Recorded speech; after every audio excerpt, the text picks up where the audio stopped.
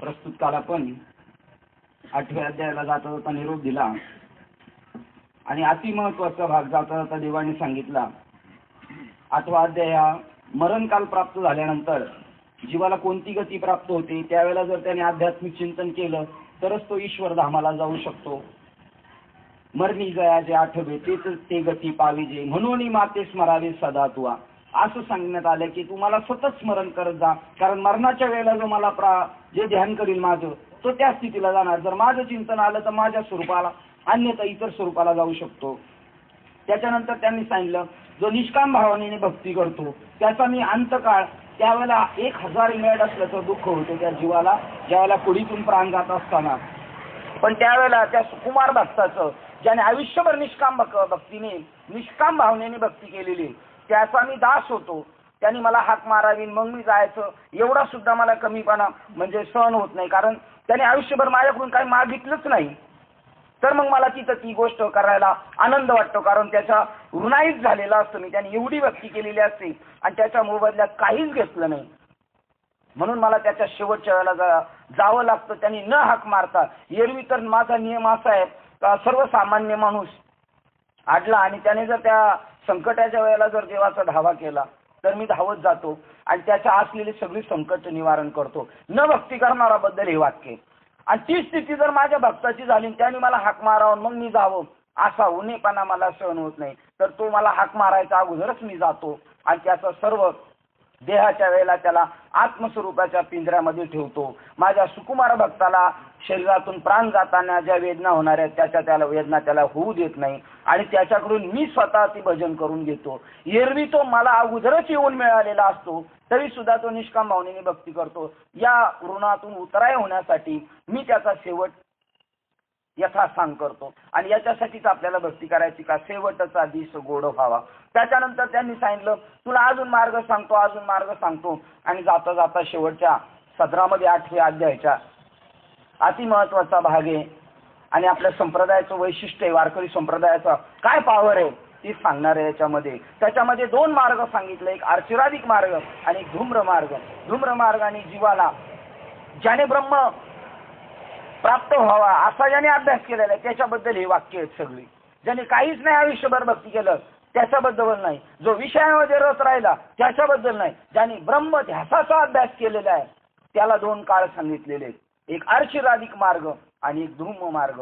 तर जो ब्रह्म अभ्यास केला तो शेवटच्या वेळेला त्याला आठवला पाहिजे, कारण कप वात पित्ताने त्याचं शरीर पूर्णपणे हे झालेलं असतं, त्याला असलेला आठवण विसरून जातो. जर उत्तरायण असेल आणि त्याच्यामधले त्या 6 महिन्यामधला एखादा महिना दिवस असावा, शुक्ल पक्ष असावा, त्यावेळेला जर त्यांनी देह ठेवला ज्याने ब्रह्म अभ्यास केलेला आहे ब्रह्म प्राप्त होण्यासाठी, अशा काळात जर त्यांनी देह ठेवला त्या योगाने तरच तो मला येऊन मिळतो. आणि तो जर काळ नाही आला तर मग त्यांनी केलेला अभ्यास जर तो धूम्र मार्गामध्ये आला म्हणजे उत्तरायण सोडून जर दक्षिणायनामध्ये जर तो मेला हो तर मग मात्र त्याला चंद्रलोकाला जावं लागतं. का तर त्यांनी पुण्य केले म्हणून, आणि तिथं जाऊन आलिशान भोग भोगतो आणि पुन्हा रिटर्न येतो, म्हणजे तो ताबडतोब मुक्त होत. आणि आमच्या संप्रदायाचं एक वैशिष्ट्य ते म्हणतात याच देही याच डोळा भोगू मुक्तीचा सोळा. तो कुठे इथं घडला मग हरिपाठात मग वाक्य सांगितलं जाणी व नेणी व भगवंती नाही, हरि उच्चारण पाय सततचा मोक्ष अभिप्रेत आहे आपल्या संप्रदायाला. आपण त्या पंथाचे पांथस्थ आहोत, आपण त्यांचे पायिक आहोत त्या साधू संतांचे. तर तो मार्ग आता पुढच्या याच्यात सांगतात. ते अर्जुनाला प्रश्न पडला जर धूम्र मार्गामध्ये माझा देह ठेवला गेला तर मी केलेला अभ्यास सगळा व्यर्थच गेला. मग असलेलं जेव्हा आपण कमवलेले तेच जर आपल्या वेळेला कामाला येत नाही तर आईचं त्यावेळेला कोण कुडून देणार आहे आपल्याला. आणि असा प्रश्न अर्जुनाला पडला असं देवाने गृहीत धरून मग देवाने अजून त्याच्या पुढचा 3रा मार्ग सांगितला.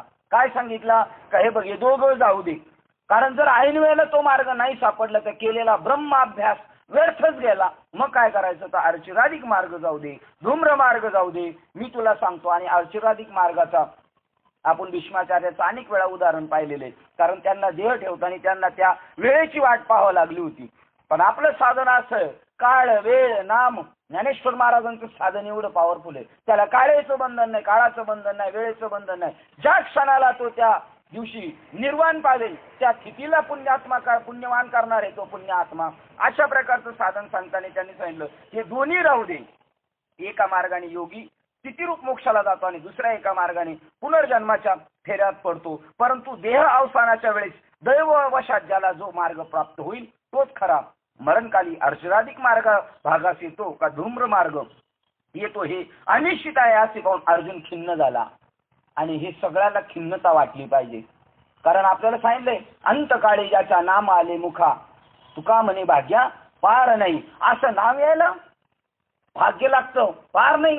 आणि त्याच्या अंतकाळी नाही आलं तर त्याच्यासाठी त्यावेळी देव म्हणाले अरे देह पातानंतर अर्चिराधिक मार्गाने ब्रह्म प्राप्त होईल असे म्हणणं व्यर्थ आहे. म्हणजे त्या मार्गाचं काय केलं आता काटच मारून टाकलेला रे, खंडनच करून टाकलं. मग होईल असं नाही. तर आत्ताच 9व्या अध्यायात लगेच आपण आता पदार्पण केल्यानंतर अर्जुनाला प्रश्न पडेल का मग तो कधी होईल. ते म्हणले अरे मरणा आईलीच कडे मजसी मिळून गेले पुढे ते मरणी आणिकडे जातील केवी. जे मरायच्या अगोदरच मला येऊन मिळाले ते मरणानंतर कुठं जातील हा प्रश्न शिल्लक राहत नाही. आणि तो मार्ग आता इथं सांगतात. अकस्मात मग ते कोणत्या वेळेला जाईल हे म्हणणंच व्यर्थ आहे. अकस्मात प्रारब्धवशात कोणत्या वेळेस काय प्राप्त होईल कोणास ठाऊक हे न कळे. म्हणून ही गोष्टच राहू दे तर देह राहो अथवा जावो आम्ही केवळ ब्रह्मच आहो असा ज्ञानाचा दृढ बोध असतो. कारण दोरीवर भासलेल्या सर्पपणाचा सर्पपणा अधिष्ठान दोरीच्या दृष्टीने मिथ्या आहे. सर्प कशावर भासलेला आहे दोरीवर.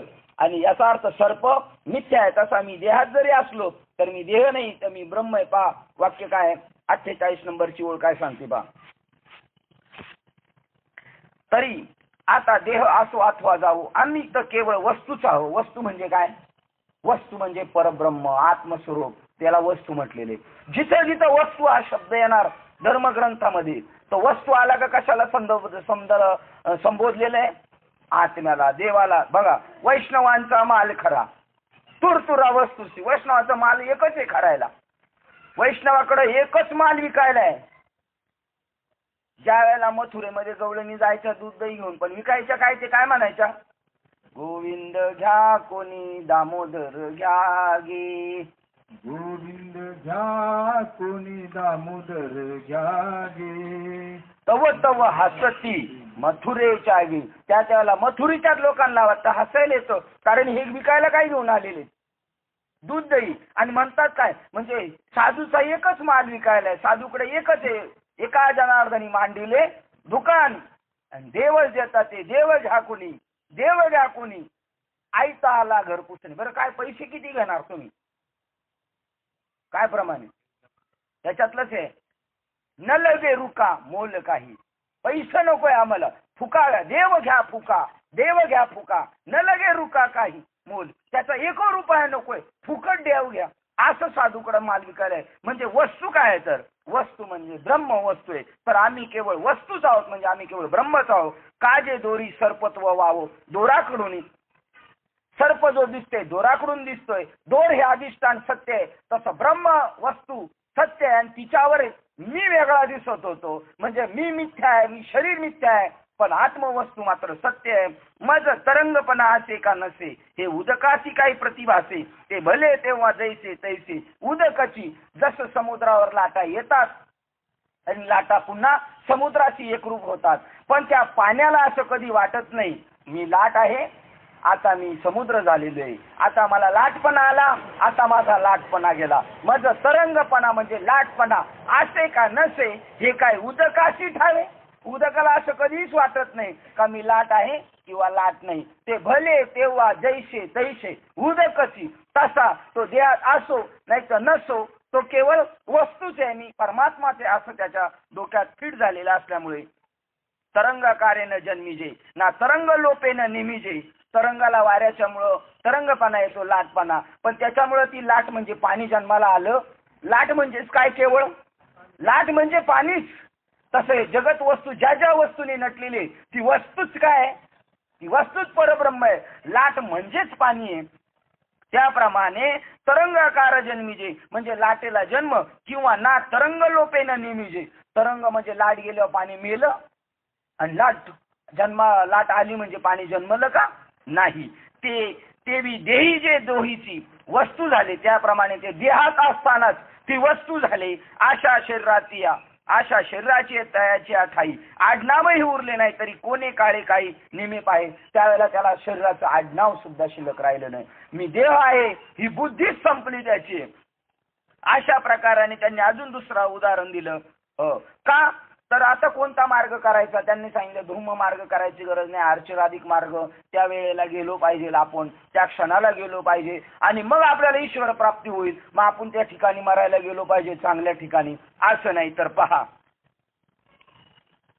मग मार्गाते कासया शोधावे. कशाला मार्ग शोधावे? ज्याला कळालं मी ब्रह्म आहे त्याला मार्ग शोधायचं संपलं. काय उदाहरण दिलं? लाटेला पाण्याला कळालं ना मी लाट नाही, मी काय पाणी आहे. रश्शीला वाटत होता साप आहे पण आता कळालं ना रश्शी आहे. तसं आता कळालं ना हे जगत नसून हे काय, हे ब्रह्मच आहे. आणि त्या जगतामधलाच मी एक अंश आहे. तर मी सुद्धा सहज कोण आहे? ब्रह्मच आहे. असं ज्याला कळालं ना मग त्या मार्गाचे कासाया शोधावे. त्याने कशाला मार्ग शोधत बसायचे? कोणे कोठून जे के जावे. आता त्यांनी कुठून कुठं जायचं? कारण जसं आकाश सर्वत्रच आहे तसा त्याचा अनुभव आहे.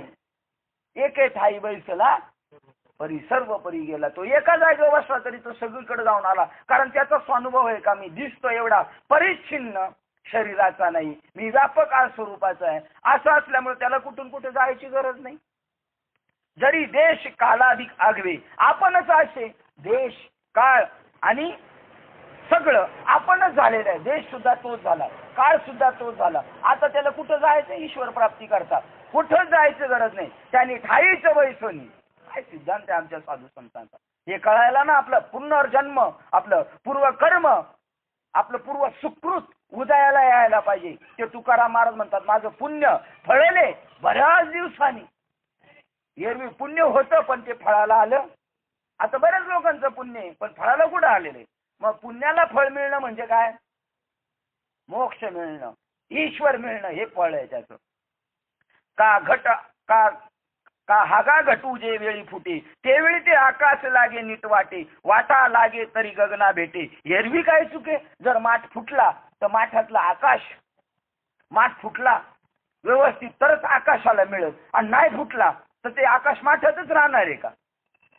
ते आकाश सर्व व्यापते. आता या मंडपाच्या आतला आकाश हे मंडपाला चिटकून आहे का? याला म्हणणार आपण या खोलीतलं या मंडपातलं आकाश. पण वास्तविक मंडपातलं आकाश हे कशामुळं म्हणायचं?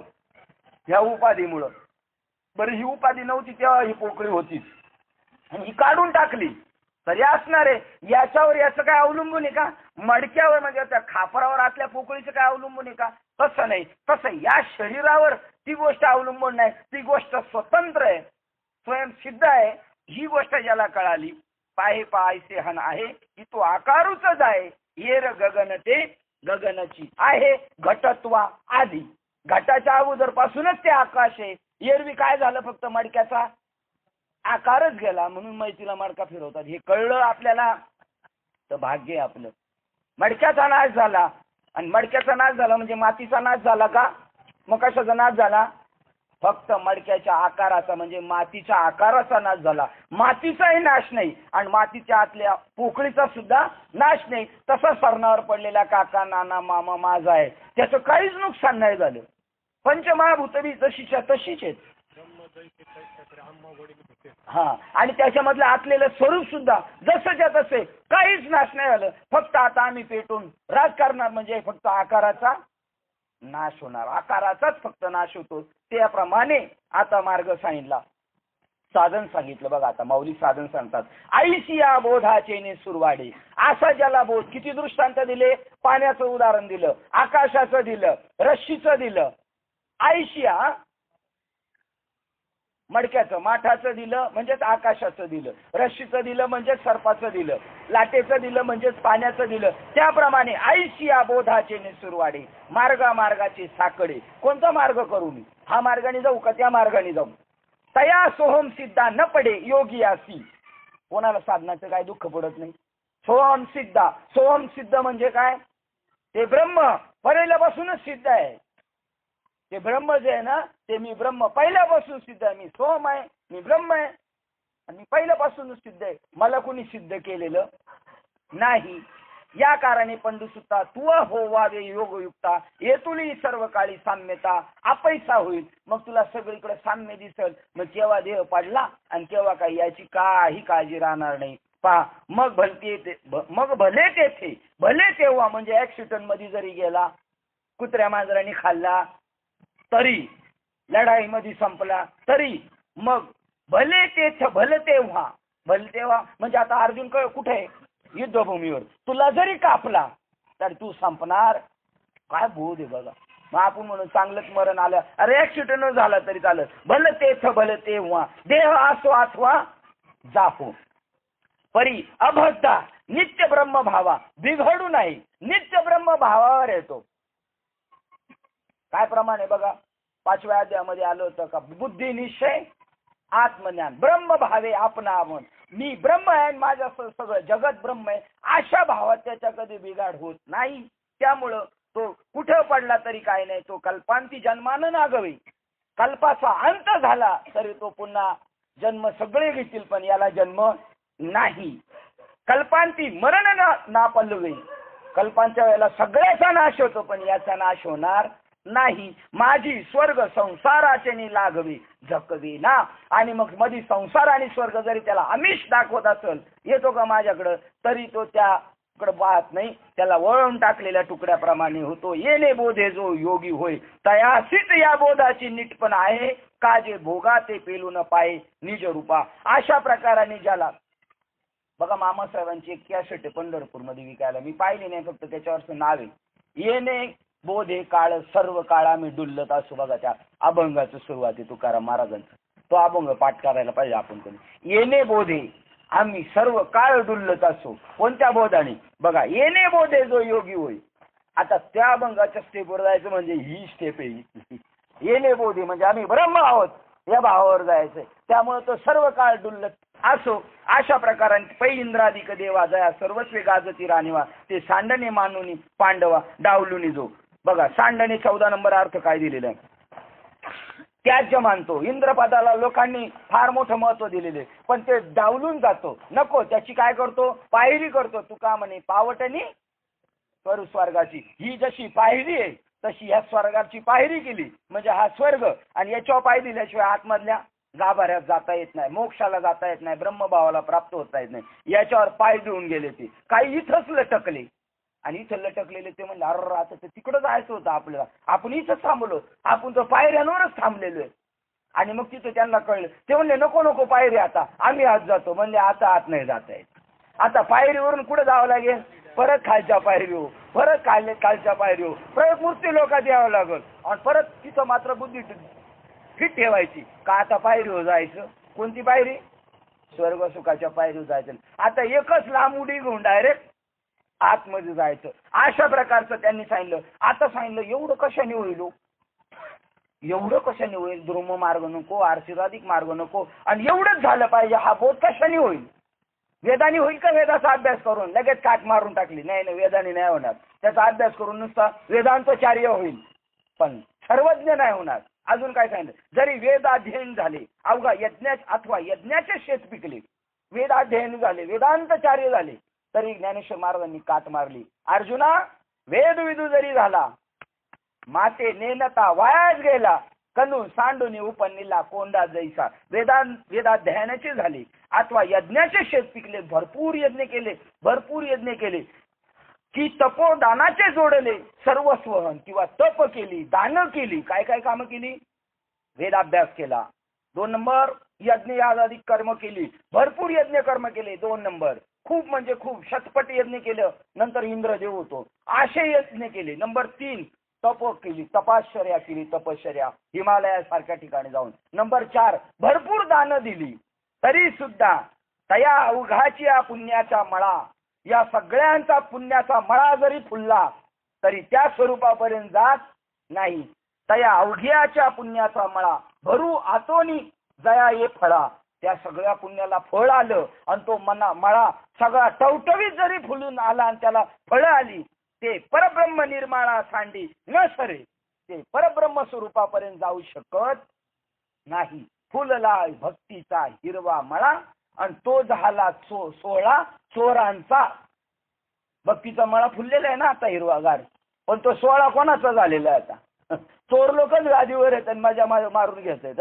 तो झाला सोहळा. हे कशानेच होऊ शकत नाही. वेद अध्ययनाने होणार, साधने जया सुखा या सगळ्या गोष्टी तो होऊ शकत नाही. फक्त त्याला हे सुख मिळाला, साधूची कृपा झाली पाहिजे. आणि साधू त्याला नाममंत्र देतो. नाममंत्राचा सुद्धा सहजित संबंध येऊन पुढे गेलेला आहे. अशा नामाच्या योगाने तो त्या स्वरूपाला प्राप्त जातो.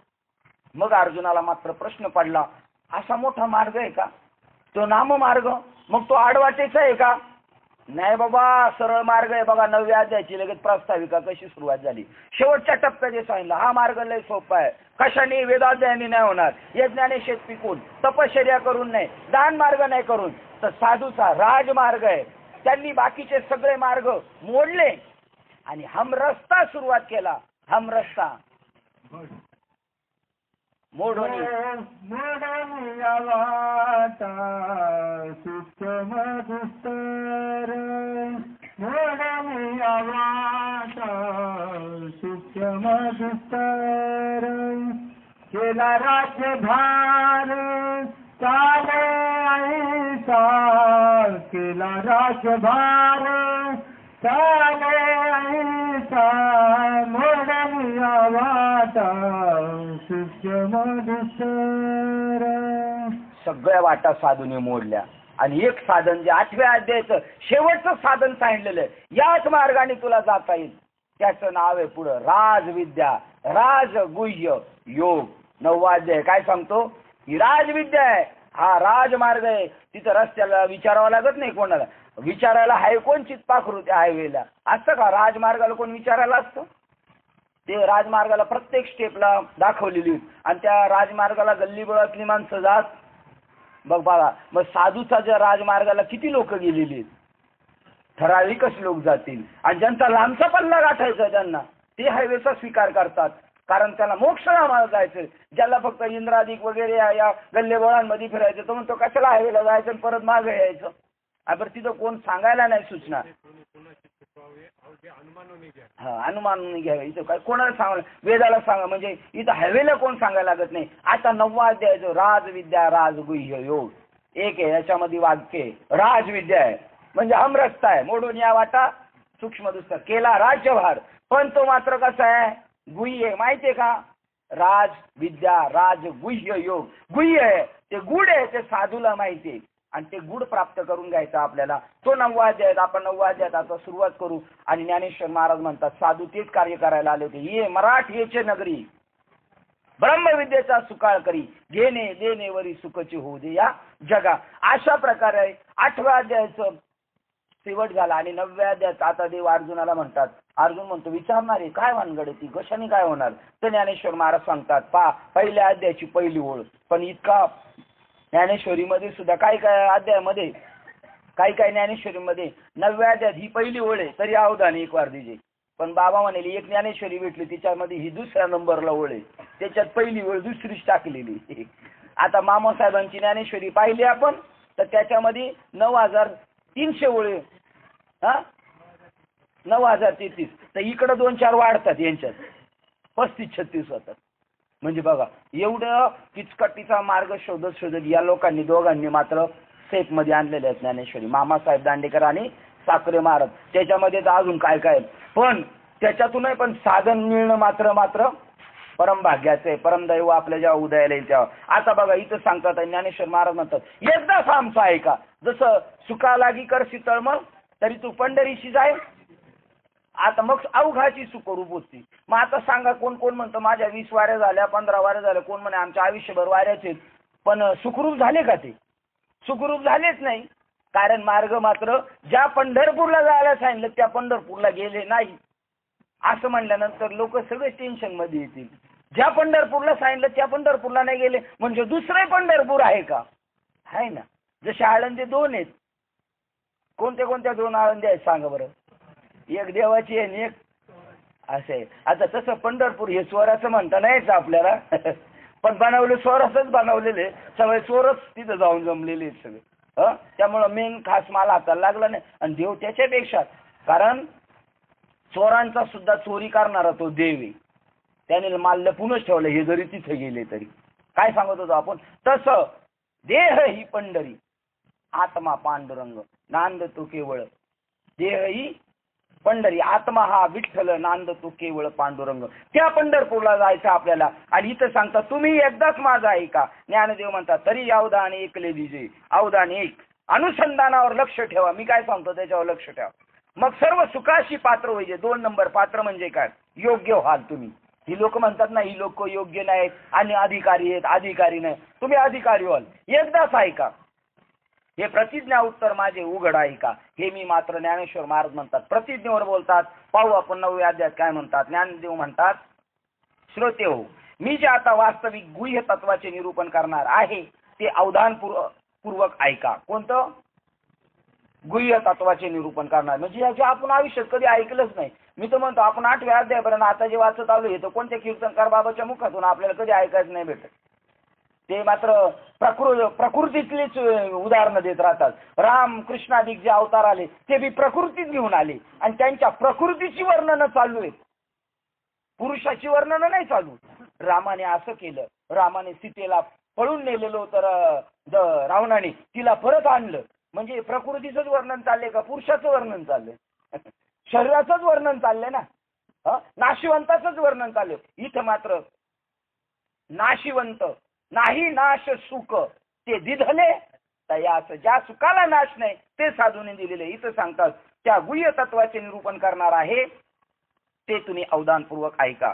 हे मी प्रतिज्ञापूर्वक उघड सांगतो की तुम्ही 1 लक्ष या श्रवणाकडे दिले तर तुम्ही सर्व सुखाला म्हणजे ब्रह्मसुखाला पात्र व्हाल. कोणत्या सुखाला? मग सांगा बरं. आता आपण एवढे सत्य ऐकले, एवढी कीर्तन ऐकली, चांगल्या चांगल्या बाबांच्या, काही लोक तर म्हणतात आम्ही बाबांच्या शेजारी पंक्तीला जेवायला बसलेले, पण हे सुख प्राप्त झालं का? नाही झालं ना. कारण काय? तर त्यांनाच ते सुख मिळालं नाही. हे त्याचं उघड उत्तर आहे. ज्याच्याकडे जो माल आहे त्या मालचा तो शो केल्याशिवाय राहत. सांगा बरं. आंब्याचे व्यापारी ते आंब्याबद्दल वाखाणीच करणार, केळाचे व्यापारी केळाचीच वाखाणी करणार. तसं ज्याच्याकडे ब्रह्म आहे विकायला, ब्रह्म माल आहे ज्याच्याकडे तो वस्तू, तो त्या मालाबद्दल बोललाच पाहिजे. ज्या अर्थी बोलत नाही त्या अर्थी त्याच्याकडे तो माल नाहीये. तर तुम्ही सर्व सुखाला म्हणजे ब्रह्मसुखाला पात्र व्हाल. पण तुम्हा सर्वज्ञांच्या सभेपुढे मी हे आढ्यतेने बोलणे असे नाही हो. बरं. ज्ञानेश्वर महाराज पुन्हा म्हणतात मी असं बोलल्यावर समोरची लगेच अर्धवटपणे विचार करतील, हा लय स्वतःला शहाणा समजायला लागला. मी आता काय सांगतो ते तुम्ही ताटपणाने ऐका, लक्षपणाने, आणि मग तुम्हाला ब्रह्मसुखाला पात्र करील. पण मी असं ताटपणाने बोलत नाही बरं का तुम्हा सर्वज्ञांच्या पुढे. मी तुम्हा सर्वज्ञाच्या सभेपुढे हे आढ्यतेने बोलतो असे नाही हो. तर वस्तुस्थिती अशी आहे, तुम्ही लक्ष द्यावे ही माझी तुम्हाला लढीवाळपणाची विनंती आहे. कारण तुम्हासारखी ज्ञानसंपन्न माहेर घरे समर्थ माता पितरे असल्यावर लळा म्हणून जी एक वृत्ती आहे तिचे देखील लाड पूर्ण होतात आणि मनोरथाची देखील इच्छा तृप्त होते. तुमच्यामुळं माझी सुद्धा ही गोष्ट पूर्ण होणार आहे.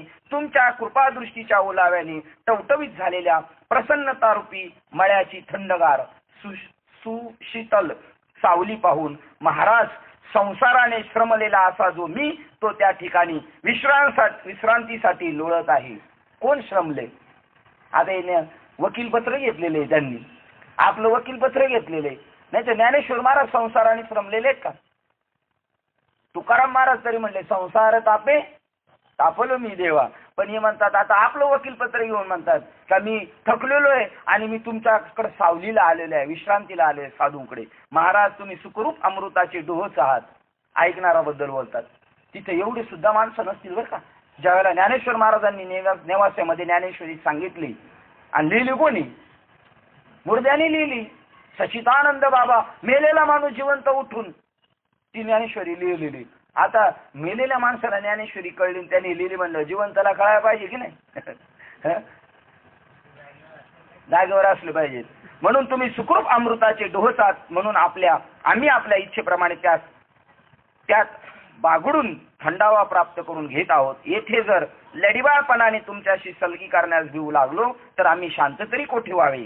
किंवा बालक बोबड्या बोलाने बोलत असले व वेडे वाकडे पाऊल टाकीत चालत असले तरी त्याचे ज्याप्रमाणे कौतुक मानून आई आनंद पावते त्याप्रमाणे तुम्हा सज्जनांनी सज्जनांची प्रीती कोणत्या तरी रीतीने निमित्ताने मजवर व्हावी याच एका उत्कट इच्छेने मी तुमच्याशी सलगीची भाषणी करीत आहे. ज्ञानेश्वर महाराज म्हणतात ते ऐकणाऱ्या मंडळीला, नेवाशामधल्या, तुमच्याशी मी सलगी करत आहे, तुमची माझ्यावर कृपा व्हावी आणि मी काहीतरी बोलत. हे जे प्रत्येक गोष्ट आपल्याला मिळालेलं वैभव आहे व्यावहारिक सुद्धा, हे आपल्या एकट्याच्या सामर्थ्याने मिळालेलं नसतं बरं का. अनेक लोकांचे याच्या पाठीमागे काय आहेत, आशीर्वाद आहेत आपल्याला. त्यामुळे जर व्यवहारातलं असेल तर परमार्थातलं ते काही एकाच्या पुण्याने मिळतं. अनेक लोकांच्या चांगल्या इच्छा असतात आणि त्या इच्छा आपल्या पाठीशी असतात, आशीर्वाद असतात आणि त्याच्यामुळे आपण या सुखाला पात्र झालेलो आहे. नाहीतर हे माझे मनोगत न मानले तर आपल्यासारख्या सर्वज्ञ श्रोत्यास माझ्या बोलण्यापासून नवीन काही समजून घ्यायचे आहे का? पहा, ज्ञानेश्वर महाराज म्हणतात तुम्हाला काही आता काही नवीन ऐकायचं नाही, तुम्हाला सगळं माहीतच आहे. अहो, सरस्वतीच्या पुत्रांना कोठे धडे पाठ करून शिकवावे लागतात का? कोणाला? सरस्वतीच्या पोरांना का शिकवावं लागेल का? आणि जे शिकायला जातात ते सर्व सरस्वतीचे पुत्र. जे जर गेलो एखादा, आपण म्हणलं जाऊन आता एखाद्या काशी क्षेत्रात जाऊन शिकून येतो, म्हणजे तो सरस्वतीचा पुत्र. सरस्वतीच्या पुत्राला शिकवावं लागत नाही. साधूचा अंकित जो असतो त्याला शिकवावं लागत नाही. ज्ञानेश्वर महाराज 10व्या अध्यायात सांगतात, आपुल्या स्नेहाचे नि वागेश्वरी जरी मुकया ते अंगीकारी तरी तो वाचस्पतीशी करी प्रबंधू होडा आत्मचर्चा करील. कोणाशी? वाचस्पती बृहस्पती देवांचे जे गुरु आहेत त्यांच्याशी तो चर्चा करील. आत्मचर्चा. कोणाचा पोरगा? मुका पोरगा. पण त्याला मांडीवर कोणी घेतलंय? सरस्वती मातेने घेतलेले. त्याप्रमाणे सरस्वतीच्या पुत्रांना कोठे धडे पाठ करून शिकवावे लागतात. काय? पहा की पाहिजे तेवढा मोठा जरी काजवा असला तरी प्रकाशापुढे त्याचे तेज पडत नाही. त्याला काय करावे? तसेच अमृतरूप ताटात वाढण्याजोगी पक्वान्न पाक निष्पत्ती कोठून आणणार आहे. आता हे कोणाचं वर्णन चालले? हे तुमचं आपलं वर्णन चालले श्रोते मंडळीचं. ते म्हणतात तुम्ही मात्र सूर्य आहेत आणि सांगणारा कोण आहे? काजवा आहे. आता मी काय तुम्हाला सांगणार? किंवा तुम्ही अमृताची ताटं आहेत. आता त्या ताटामध्ये माझ्याकडे असं कोणतं पक्वान नाही टाकण्यासाठी, तुमच्या ताटात वाढण्यासाठी. अहो, थंड किरण असलेल्या चंद्राला पंख्याने वारा घालणे आहे का नाही? चंद्राला त्याप्रमाणे होणार आहे. थंड किरण असलेल्या चंद्राला पंख्याने वारा घालणे किंवा साक्षात नाद ब्रह्मापुढे गायन करून त्यास ते ऐकवणे, तसेच दागिन्यांना अलंकार घालणे असे कोठे झाले आहे का? परिमाणाने कशाचा वास घ्यावा, समुद्राने कोणत्या ठिकाणी नहावे आणि हे सर्व आकाशच जित मावेल अशी मोठी वस्तू कोठे आहे सांगा बरे. काय श्रोत्यांना मोठेपणा दिलेला. त्याचप्रमाणे तुमचे अवधान तृप्त होईल आणि तुम्ही असे म्हणाल की वा, याला म्हणावे व्याख्यान. असे तुम्हाला प्रसन्न करण्याजोगे वक्तृत्व जगात कोणाच्या अंगी आहे? असं कोण प्रसन्न करू शकतो? तुम्ही म्हणणार वा वा वा, याला म्हणायचं वक्तृत्व. वस्तुता नाही. तथापि असा न्याय आहे की भक्तीने अशा गोष्टी घडतात. असं नाही असं बी नाही, मात्र भक्तीने मात्र अशी गोष्ट घडू शकते असे दृष्टांतपूर्वक महाराज सांगतात. तरी सर्व जग प्रकाशमय करणाऱ्या सूर्याला काडवातीने व आरती करून ओवाळू नये काय? तुम्ही सूर्य आहात तरी सुद्धा सूर्याची जर ओवाळणी करायची असेल तर काकड आरतीला घेतोच ना तो काकडा, आणि त्याने ओवाळू नको का त्याला? महाराज किंवा वरुणाला चुळभर पाण्याने अर्ध देऊ नये काय? पावसालाच हातात घेऊन त्याचंच पाणी घेऊन त्याला द्यायचंय. महाराज, तुम्ही केवळ शंकराच्या मूर्ती आहात आणि मी गरीब मनुष्य तुमची भक्तीने पूजा करीत आहे, म्हणून बेलाच्या ऐवजी माझ्या बोलरूपी निर्गुडी वाहत आहे. त्या निर्गुडीच्या पानाचाही तुम्ही स्वीकार कराल. ऐकणाराला शंकर भगवान म्हणतात. मी असे ऐकलेले वक्ते, ते म्हणले ह्या बैलांना काय कळतंय? तुम्ही ऐकला असेल गटवडीत, ह्या बैलांना काय कळतंय? मग आता सांगा, इथं काय सांगतात? शंकराचे. आणि ज्ञानेश्वर महाराज सुद्धा ईश्वराचाच अंश आहे, महाविष्णूचा अवतार. आणि त्यांच्याबरोबर कोण आहे? सदाशिवाचा. आता त्यांचे गुरु सगळे तिकडे दिसायला लागले ना त्यांना, ज्या ज्या ठिकाणी मन जाय, म्हणजे जेवढी वस्तू मात्र आहे ती सगळे त्यांचे गुरुच त्यांना दिसायला लागले. म्हणजे ऐकायला एक होते निवृत्तीनाथ, पण त्यांच्या दृष्टीने सगळेच निवृत्तीनाथ ऐकायला होते. त्यांना ते दिसत होते, कारण हे विष्णू होते आणि ते भगवान शंकर, आणि हा एकमेकाचा महिमा एकमेकालाच माहिती. रामपूजी सदाशिव आहे का नाही, आणि शंकर भगवान जपे राम, या एकमेकाच्या असेच एकमेकावर आहे. ही गोष्ट त्यांना कळली, कारण हा इथला परिपूर्ण असल्यामुळं त्याला असं दिसलं. आता इथलाच बैल असलं त्याला खाली काय सगळे दिसतील? पहा बरं, जशी आपली दृष्टी तशी आपल्याला काय दिसणार आहे? सृष्टी. अहो, लहान मूल बापाच्या ताटात जेवायला बसते व आपली योग्यता नसतानाही प्रेमाने बापाला घास देऊ लागते, तेव्हा तो संतोषाच्या भराने आपली तोंडात घास घेण्याकरता त्याच्या पुढे करतो. पोराचं का तोंड हात जाणार आहे बापाच्या तोंडात, पण बापाला थोडं पुढे चालावं लागतं. तसंच श्रोत्यांना सांगतात, मी काय एवढा परिपूर्ण नाही, पण तुम्ही सुद्धा मला तसं करा. त्याचप्रमाणे मी जरी तुमच्याशी बालकाप्रमाणे विनोदाने बडबड करीत आहे, तरी तुम्हाला त्या माझ्या विनोदापासून आनंदच झाला पाहिजे, असा प्रेमाचा जाती स्वभावच आहे. आईशी कळवळ्याची की जातीच वेगळी, काही बोलू द्या. बघा ते काय उदाहरण त्यांनी दिलं, पोरग बोबड बोलतं तरी आई म्हणते माझं पोरग किती भारी बोलते. आता का त्याला भारी बोलत असते का? त्याप्रमाणे ह्या प्रेमाची जातीच वेगळी, आईशी कळवळ्याची जाती. कसं बोललं तरी बाबा म्हणणार वा वा वा, काय छान कीर्तन केलं, छान कीर्तन केलं. आता आपण तर कधी कीर्तन केलं, समजा एखाद्याला तर आपल्याला हेच म्हणणार वा वा वा, छान कीर्तन केलं. अरे कधी सगळं नेहमी छान का? पण त्यांचा स्वभाव आईशी कळवळ्याची जाती, ती स्वभावाची आईशी जातीच वेगळी. त्याप्रमाणे माझ्या विनोदापासून आनंदच झाला पाहिजे, असा प्रेमाचा जाती स्वभावच आहे. आणि त्या आपलेपणाच्या प्रेम अभिमानाने, कशामुळे? आपला आहे ज्ञानोबा, आपला आहे. त्या जाती प्रेमामुळे, त्या आपलेपणाच्या प्रेम अभिमानाने तुम्ही सज्जनांनी बहुत प्रकारांनी मला आपला असे म्हणून अंगीकारले आहे. म्हणून माझ्या या सलगीचा आपणास विषाद म्हणजे ओझे वाटणार नाही. अहो, गाईच्या वासराने सडाला ढुसण्या दिल्या तर त्यामुळे गाईला ज्याप्रमाणे अधिकच पाना फुटतो, त्याप्रमाणे अत्यंत प्रिय जो मनुष्य असतो त्याच्या रागावण्याने प्रेम दुप्पट होत असते. म्हणून मज लेकराच्या बोबड्या बोलांनी तुमचे निजलेले कृपाळूपण जागे होईल, असे जाणूनच मी प्रतिज्ञा केल्यासारखे बोललो. वास्तविक पाहता चंद्राची चांदणे कोणी आडीत घालून पिकवतात का? आंब्याच्या आडीत जसे घालतात तसे? किंवा वाऱ्याला वाहण्याकरता कोणी गती दिली आहे का? तसेच आकाशाला गवसणी कशाने घालावी? असे पहा की पाणी स्वभावतःच पातळ असते, त्याला ओतण्यासारखे पातळ करावे लागत नाही. तसेच लोणी तयार झाल्यावर ते रवीने कोणी घुसळत नाही. त्याप्रमाणे ज्या गीतार्थाला म्हणजे परमात्म स्वरूपाला पाहून कोणाचेही व्याख्यान लाजून माघारे येईल, या गीतेबद्दल सांगतात. ते परमात्मा स्वरूपाला फार काय सांगावे, ज्यापुढे वेदाचेही शब्द खुंटीत होऊन तेही जे परमात्म्याच्या शय्येवर निवांत निद्रा घेतात, म्हणजे ब्रह्मातच लीन होतात, असा ब्रह्मरूपी गीतार्थ मी मराठी भाषेत वर्णन करावा अशी माझी योग्यता आहे का? त्यावेळेला ती परिस्थितीच अशी होती. आता हा 9वा अध्याय चाललाय, पण याच्या अगोदर जवळजवळ 50-33 ओळी ज्ञानेश्वर महाराजांनी काय केले, स्वतःचं मत याच्यामध्ये सांगितलेले. कारण समोरच्याला स्वीकारायची तयारी पाहिजे. संन्याशाची कार्टी म्हणून वाईट टाकलेले त्यांना, आणि आता हा लागलाय गीतेवर बोलायला. याचा वाद गेला होता निघून, आणि आता हे संन्याशाला झालेली पोरं, आणि आता हे लागलेच सांगायला. त्यामुळं त्यांना हे सगळ्या गोष्टी सांगाव्या लागल्या. मी नेऊ नये, मला काय कळतं, पण तुमची कृपा, याव झालं तेव झालं, आणि गीतेवर मी काय बोलू शकतो, पण तुमच्या कृपेने मी बोलणार आहे.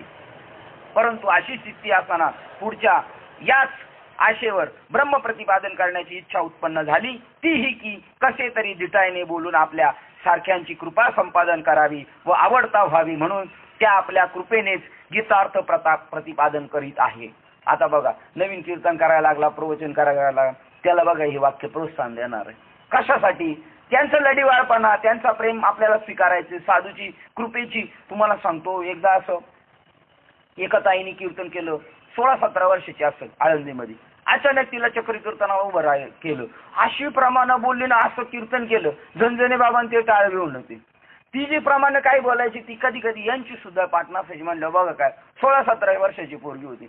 हे पाहिल्यानंतर बाबा तिकडे बसलेले होते, ते आले तिकडून टाळकऱ्यांच्या गर्दीतून, डोकवलं, अहो बापरे एवढीशी ताई, आणि ती गादी बसायला घेतली होती, ती गादी गुंडाळून घेतली आणि डोक्यावर घेऊन नाचायला लागली. पहा ते ताईबद्दल. ती ताई पुन्हा काय परत दिसली नाही. तिचं लग्न झालं आणि ते घरची अशी येडपड भेटली, ते म्हणले कुठं बाहेर जायचं असा उरफाटा कार्यक्रम. पण इथं सांगतात पहा,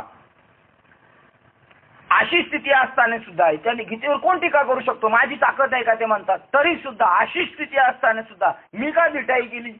परंतु अशी स्थिती असतानाही मला पुढच्या याच एका आशेवर ब्रह्म प्रतिपादन करण्याची इच्छा उत्पन्न झाली, ती ही की कसे तरी धिटाईने बोलून आपल्या सारख्यांची कृपा संपादन करावी व आवडता व्हावी, म्हणजे त्या आपल्या कृपेने गीतार्थ प्रतिपादन करील. कसं तरी धिटाईने बोलायचं, मग तुमची कृपा होईल आणि मग माझ्याकडून सहजगीतेचं काम होऊन जाईल. तर आता चंद्रापेक्षा शांत करणाऱ्या आणि अमृताहून जीवन देणाऱ्या अशा आपल्या अवधानाने माझ्या मनोरथाला वाढती करून पुष्टी द्यावी. कारण जेव्हा तुमची कृपारूपी दृष्टीरूप वृष्टीमजवर पूर्ण होईल तेव्हा माझ्या बुद्धिरूप भूमीत सकल अर्थरूप धान्य पिकेल. काय रूप केलं? तुमची कृपारूपी दृष्टीचा माझ्यावर पाऊस पडेल तेव्हा माझ्या जमिनीतून सकल धान्यरूपी धान्य पिकल. सकल धान्य मला त्याचे संपूर्णतया स्फुरण होईल. म्हणजे त्या ज्ञानाची. एरवी जर तुम्ही उदास राहाल, कीर्तनाला असंच आहे, एखादे जर महाराज लय मोठे आणले पण समोरचे सगळे आळ्या पिळ्या द्यायला लागले, महाराजाला 50 वेळा विठ्ठल विठ्ठल करून सारखं वेगळं बघावं लागेल, कारण ऐकणाराच प्रसन्न नाही. एरवी तुम्ही जर उदास राहाल तर अंकुर दशेत आलेले माझे ज्ञान सुकून जाईल. तरी ऐका सहजच वक्त्याच्या वक्तृत्व रूप पाखराला आपल्यासारख्या श्रोत्यांचा अवधान रूपी चारा मिळाल्यावर त्याच्या प्रत्येक अक्षर रूपी अवयवाला सिद्धांत रूपी पृष्ठी येईल. प्रत्येक त्या वक्तृत्वाच्या प्रत्येक अक्षराला सिद्धांत असणार. सिद्धांत, दृष्टांत नाही. अर्थ हा वक्त्याच्या मुखातून शब्द बाहेर पडण्याची वाटच पाहिजे. शब्द बाहेर पडल्यावर त्यातून एका अर्थापासून दुसरा अर्थ असे अनेक अर्थ निघतील आणि बुद्धीला भावात्मक फुलाचा बहर येऊन नाना प्रकारचे अभिप्राय सुचू लागतील. म्हणून तत्वबोधाद्वारा हितकराचा संवाद रूपी अनुकूल वारा सुटला तर वक्त्याच्या हृदय आकाशात शास्त्र सिद्धांत रूपी मेघ भरून येतील आणि श्रोता दुष्यित म्हणजे जर ऐकण्याचे दुर्लक्ष असेल तर वक्तृत्वाला आलेला रंग ही वितळून जाईल. हे तुमच्यावर सगळं आपल्यावर अवलंबून आहे. ऐकणारा प्रसन्न असेल तर याला मात्र अजून उदानी, आणि ऐकणारा जर दुष्यित अंतकरणाचा असला तर समजायचा असा अनुभव आहे. अहो चंद्रकांत मण्याला पाझर फुटतो. ही गोष्ट जरी खरी असली तरी पण त्यास पाझरावयास लावण्याची ही शक्ती चंद्रकांताची नाही, चंद्राचीच आहे. त्याप्रमाणे वक्त्याच्या व्याख्यानात रस अलंकार उत्पादनाची शक्ती वक्त्याची नाही, श्रोत्याचीच आहे. म्हणून अवधानपूर्वक ऐकणाऱ्या श्रोत्यांशिवाय वक्त्याला वक्तेपणाच नाही. पण मला आपल्या पुढे अशी प्रार्थना करण्याची आवश्यकता नाही, कारण माझे वक्तृत्व चांगले व्हावे असे आपणास करणे भागच आहे. तुम्हालाच माझ्याकडून करून घ्यायचं. मधने बाबांना आपण म्हणलं, बाबा काय लय खास झाला. ते म्हणले काय नेहमीच सकाळ तुम्ही म्हणता चांगला खास झाला. म्हणलं बाबा खरंच चांगला ना. तुम्ही लोक करून घेता, बाबा करून घेतात. बघा काय वाक्य आहे, करून घेता तुम्ही. आपण प्रसन्न असल्यानंतर खाली काय त्यांना आनंद वाटतो. हे सुंकनी सहज गोष्ट निघून जाते. पहा की आता आम्हाला गोड करून घ्या अशी तांदूळाला जेवणाराची विनंती करावी लागते का? काय दृष्टांत दिला. तांदळाला असं म्हणावं लागतं का जेवणाऱ्यांना, आता गोड मानून आमचा स्वीकार करा म्हणून. तसेच कळसूत्री बाहुल्यांनी आम्हाला चांगले नाचवा म्हणून सूत्रधाराची विनंती करावी लागते का? तो सूत्रधार काय आपल्या बाहुल्यांच्या कामाकरता त्यांना नाचवतो तर नाही, मग तो आपल्या ज्ञानाची कुशलता दाखवून चातुर्य वाढवण्यासाठी त्यांना नाचवतो. काय वाक्य, तो जो नाचवतो तो का बाहुल्यांसाठी नाचवतो? आपली कुशलता, आपलं ज्ञान दाखवण्यासाठी. मग बाबा जर आपल्याला कीर्तनाला उभे करतात तर कोणासाठी करतात? त्यांचं पण चातुर्य कळलं. अरे जर शिष्य रामकृष्ण स्वामी विवेकानंद असे म्हणल्यावर रामकृष्ण परमहंस कसे असतील? नाही तर रामकृष्ण परमहंसांना स्वामी विवेकानंदामुळेच समाजाने ओळखलं. सद्गुरू बाबाजी चैतन्यांकडून जर बरेच गेले असतील अनुग्रह घेऊन, पण तुकोबारायांनी जर अनुग्रह घेतला नसता तर आपल्याला काही जगद्गुरू सद्गुरू बाबाजी चैतन्यांची माहिती झालीच नसती. त्याप्रमाणे मी माऊली आहे. आपण जसे बोलवाल तसे मी बोलणार, म्हणून मला असे बोलावे तसे बोलावे, अवधान द्या वगैरे श्रोत्यांची प्रार्थना करण्याची उठाठेवीची आम्हाला काय काम आहे? त्यावेळी श्री गुरु निवृत्तीराज म्हणतात, अरे झाले तरी काय इतके व्याख्यान, म्हणजे 30-35 ओळी खर्च केला ना. अरे झाले तरी काय इतके व्याख्यान कशाला करायला पाहिजे? तुझा सर्व अभिप्राय आम्हाला कळाला तर आता श्रीकृष्णाने अर्जुनास सांगितले ते श्रोत्यांना सांग. तेव्हा निवृत्तीदास ज्ञानदेव संतोष पाहून मोठ्या उल्हासाने म्हणाले, ऐक महाराज, होय महाराज ऐका, श्रीकृष्ण असे बोलले. आता खऱ्या अर्थाने पहिल्या 9व्या अध्यायातला पहिल्या श्लोकाला सुरुवात झाली. पहा काय गुह्य आहे. आता अत्यंत मोजका विषय येतोय. तू आता हे अतिशय गुह्य अनुभवाचं आत्मज्ञान. कोणतं ज्ञान? आपल्याला गुरुजींकडून ज्ञान घ्यायचंय, गैताची झाडणी गुरुविनं. पण कोणतं ज्ञान घ्यायचं? आत्मज्ञान. बाबाने आपल्याला आत्मज्ञानच करून दिले पाहिजे, नाही तर मग ते बाबाचं बाबा पण व्यर्थ आहे. अनुभवाचं आत्मज्ञान, माझ्या गुणामध्ये दोष दृष्टी न ठेवणाऱ्या तुला. तो देवाच्या गुणाकडे बघून दोष दृष्टी ठेवत नाही अर्जुन. आणि दुर्योधन काय म्हणतो? ते गवळ्याचं पोरग, ते काय सांगणारे आम्हाला, तो दोष दृष्टी ठेवतोय. पण अर्जुन म्हणतो नाही नाही, तू माझा सखा आहे, तू माझा जवळचा आहे, तू माझा आहे, असं आहे ना, मग तुला असं आहे बघ. माझ्या गुणामध्ये दोष दृष्टी न ठेवणाऱ्या तुला सांगेन, जे ज्ञान जाणून झाले असता, जे ज्ञान जाणले असता अशुभ संसारापासून तू मुक्त होशील. कोणतं ज्ञान सांगतात 9व्या अध्यायामध्ये? अशुभ संसारापासून तू मुक्त होशील, असं तुला आत्मज्ञान सांगतो. ऐक. 8वा अर्जुना, माझ्या अंतकरणातील जीवाचे अतिगुह्य असे जे ज्ञानाचे अधिकारण, जे परमतत्व, ते मी तुला पुन्हा सांगतो. आता पुन्हा सांगतो म्हणजे मागे 4थ्या अध्यायात सांगितलं, ते यांना नाही माहिती, त्यांना नाही, ते तुला सांगतो. आता परत त्याची रिव्हिजन चालू झाली. आता या मानाने हे जीवाचे आंतरिक गुह्य फोडून ते तुला मी जे का सांगतो, अशी जर कदाचित तुझ्या मनात शंका येईल तर बाबा रे ऐक, तुलाच का सांगतो, बाकीच्यांना का नाही. तू समजदार असून केवळ आस्थेची, श्रद्धेची मूर्ती आहेस आणि आम्ही जे तुला सांगतो त्याची अनादराने तू हेळसांड करत नाही. ज्ञान आपल्याला परिपूर्ण होऊ शकतो, पण आपण मात्र काय करायला पाहिजे? हे गुण आपल्या अंगी उतरवले पाहिजे. जे आपल्याला सांगितलं ना ते पहिले करायचं, करून पाहायचं. करून प्रत्ययाला नाही आलं तर ज्यांनी सांगितलं त्याच्यावर रागवण्याचा आपला अधिकार निश्चित आहे. अर्जुनाला मागे सांगितलं, तू करून बघ, तुला नाही अनुभवाला आलं, त्याच्यात काही विसंगती वाटली तर माझ्यावर खुशाल रागव.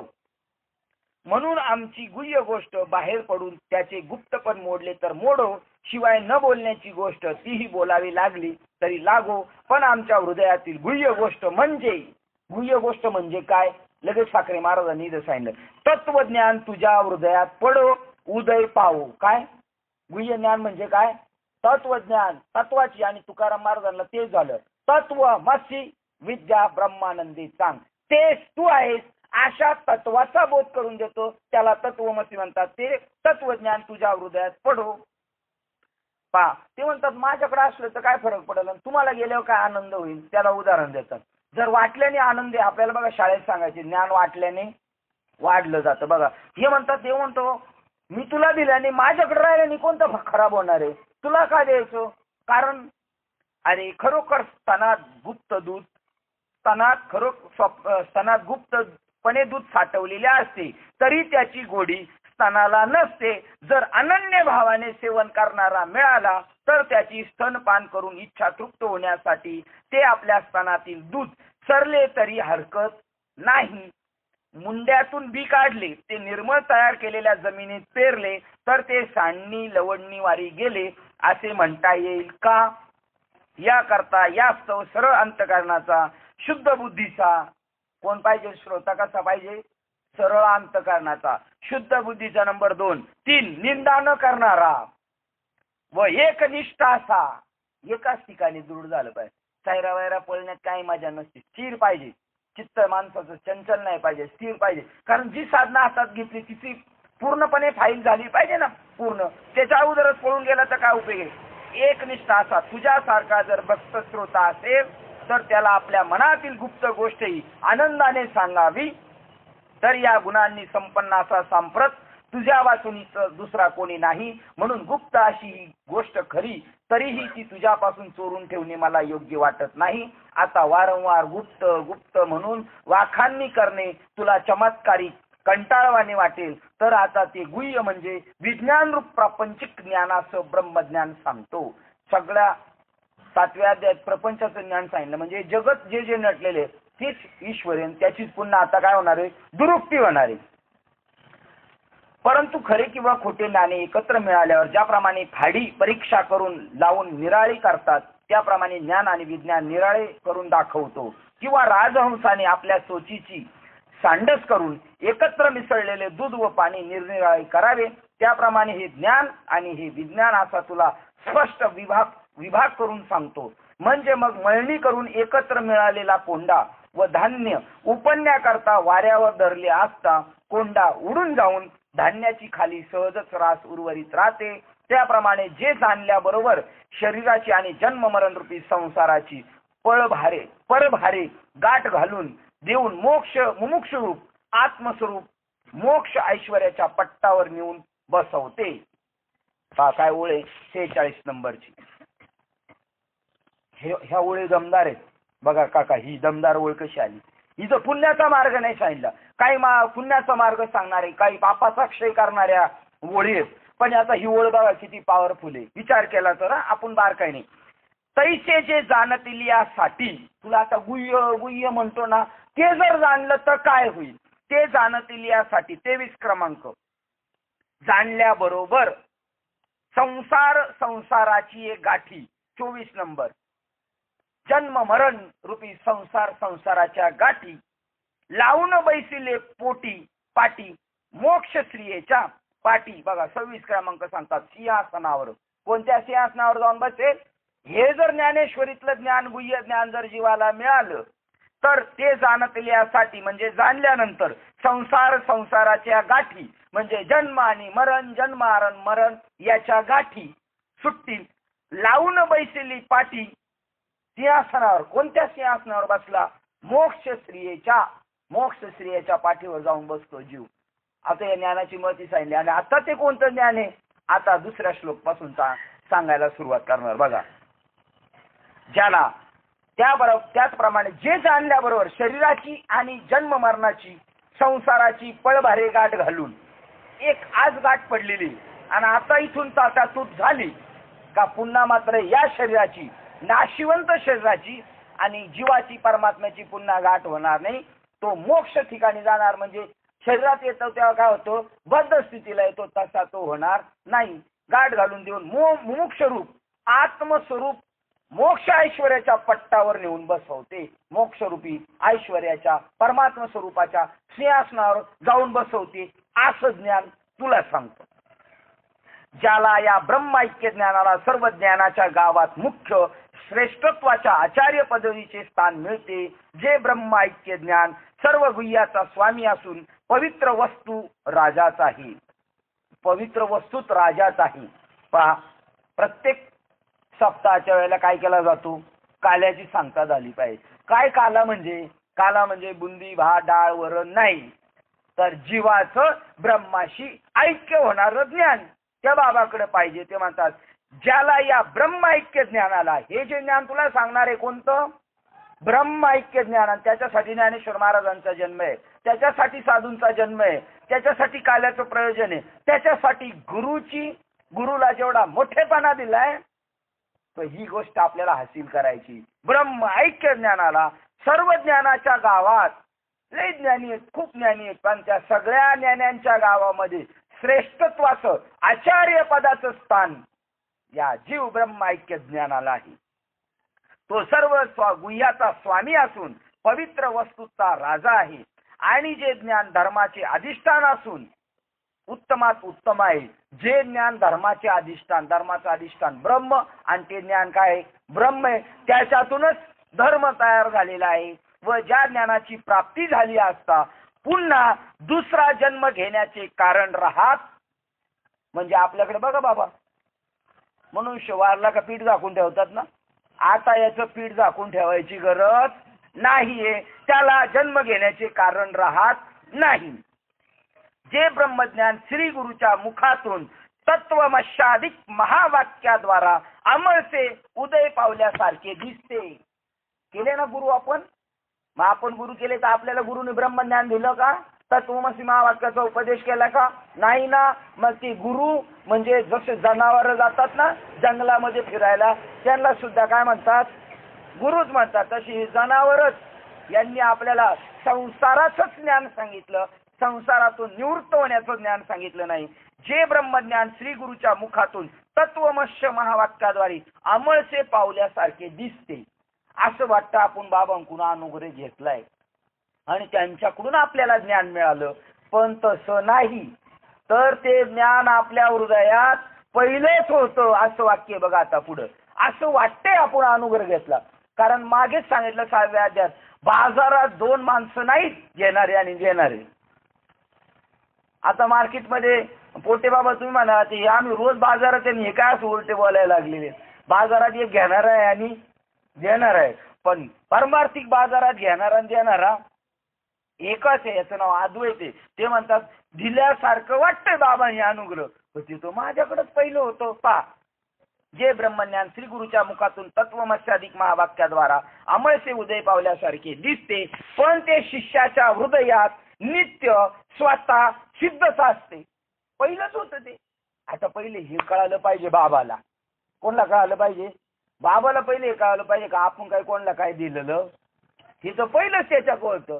मी फक्त काय केलेलं आहे त्याच्यावरचं फक्त आवरण काढलं. आता पानाडी आला आणि त्याने जरी पाणी लावलं किंवा आपण बाबा म्हणायचे, विहिरीला पाणी लागलं आणि पाणी पिढे वाटत सुटला. विहिरीला पाणी लागलं, पाणी लागलं. विहिरीला पाणी लागलं का पहिलंच पाणी होतं? पहिलंच होतं. मग आता पेढे वाटतोय ते कशाचे वाटतोय? चुकीचे वाटतोय का पेढे? पेढे वाटतोय ते बरोबर आहे, पण कशाचे वाटतोय सांगा?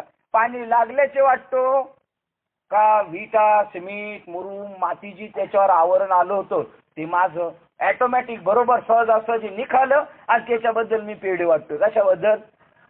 आता आपल्याला कधी जर कोणी पेढे वाटायला आला, विहिरीला पाणी लागलं, तर त्याला आपण हे सांगायचं तू पेढे कशाबद्दल वाटतोय? तू पाणी लागलं म्हणून नाही, पाणी पहिलंच होतं. पृथ्वीत पाणी पहिलंच होतं, पण त्याच्यावरचं तू काय काढलं? तू विटा माती व्यवस्थित काढली त्याच्याबद्दल वाटतं बरं का? तो म्हणाल हा तर चक्करच आहे, पण आम्हाला चक्कर करायला लागलेला आहे. तू पेढे खा बाबा, 2 घे, पण काय बोलू नको, असं बोलल ना तो आपल्याला. मग आता हे बाबा लोक बी आपल्याला असंच म्हणणार ना. आपण म्हणायला गेलो आता वेड्यासारखंच बोलतोय म्हणून, आणि बाकीचे मूर्ख जे ते म्हणतील हे तर असं आहे. पण माऊली काय म्हणतात, या ओळीचा कसा अनुभव घ्यावा? एक तरी ओवी. मग हे माझ्याकडं पहिलंच होतं आणि बाबांनी दिल्यासारखं वाटतं, ह्या ओळीचा अनुभव कसा काय घ्यायचा? आणि हे अनुभव घेतला तर बाबा बाबा राहणार नाही आणि शिष्य शिष्य राहणार नाही, तर दोघे मिळून काय होणार? एक ब्रह्मच होईल. ज्या परमार्थिक देणे आणि घेण्याच्या व्यवहारात एक ब्रह्मच खेळते. हा सिद्धांत शेवटपर्यंत लक्षात ठेवला पाहिजे. हा सिद्धच असते तसे ते ब्रह्म स्वयंप्रकाश असल्यामुळे त्या सहजच प्रत्यक्ष अनुभवास येऊ लागते. ब्रह्म स्वयंप्रकाशच आहे. त्याचप्रमाणे सुखाच्या पायरीने चढत गेले असता ज्याची भेट होते. आता ज्ञान घेतलं, नाम घेतले, चिंतनाची पायरी पायरी पायरीने गेल्यानंतर त्या सुखाच्या पायरीने चढत गेले असता ज्याची भेट होते, आणि मग जे भेटले असता निश्चय करून भोगता योग्य भोगणे ही भोगता भोग्य भोगणे. इथं काय झालंय? योग्य झालेलं. इथं काय पाहिजे? भोग्य पाहिजे. भोगता भोग्य आणि भोगणे ही जी त्रिपुटी असते ती त्रिपुटी राहील का शिल्लक? आता भोगता भोग्य आणि भोगणे.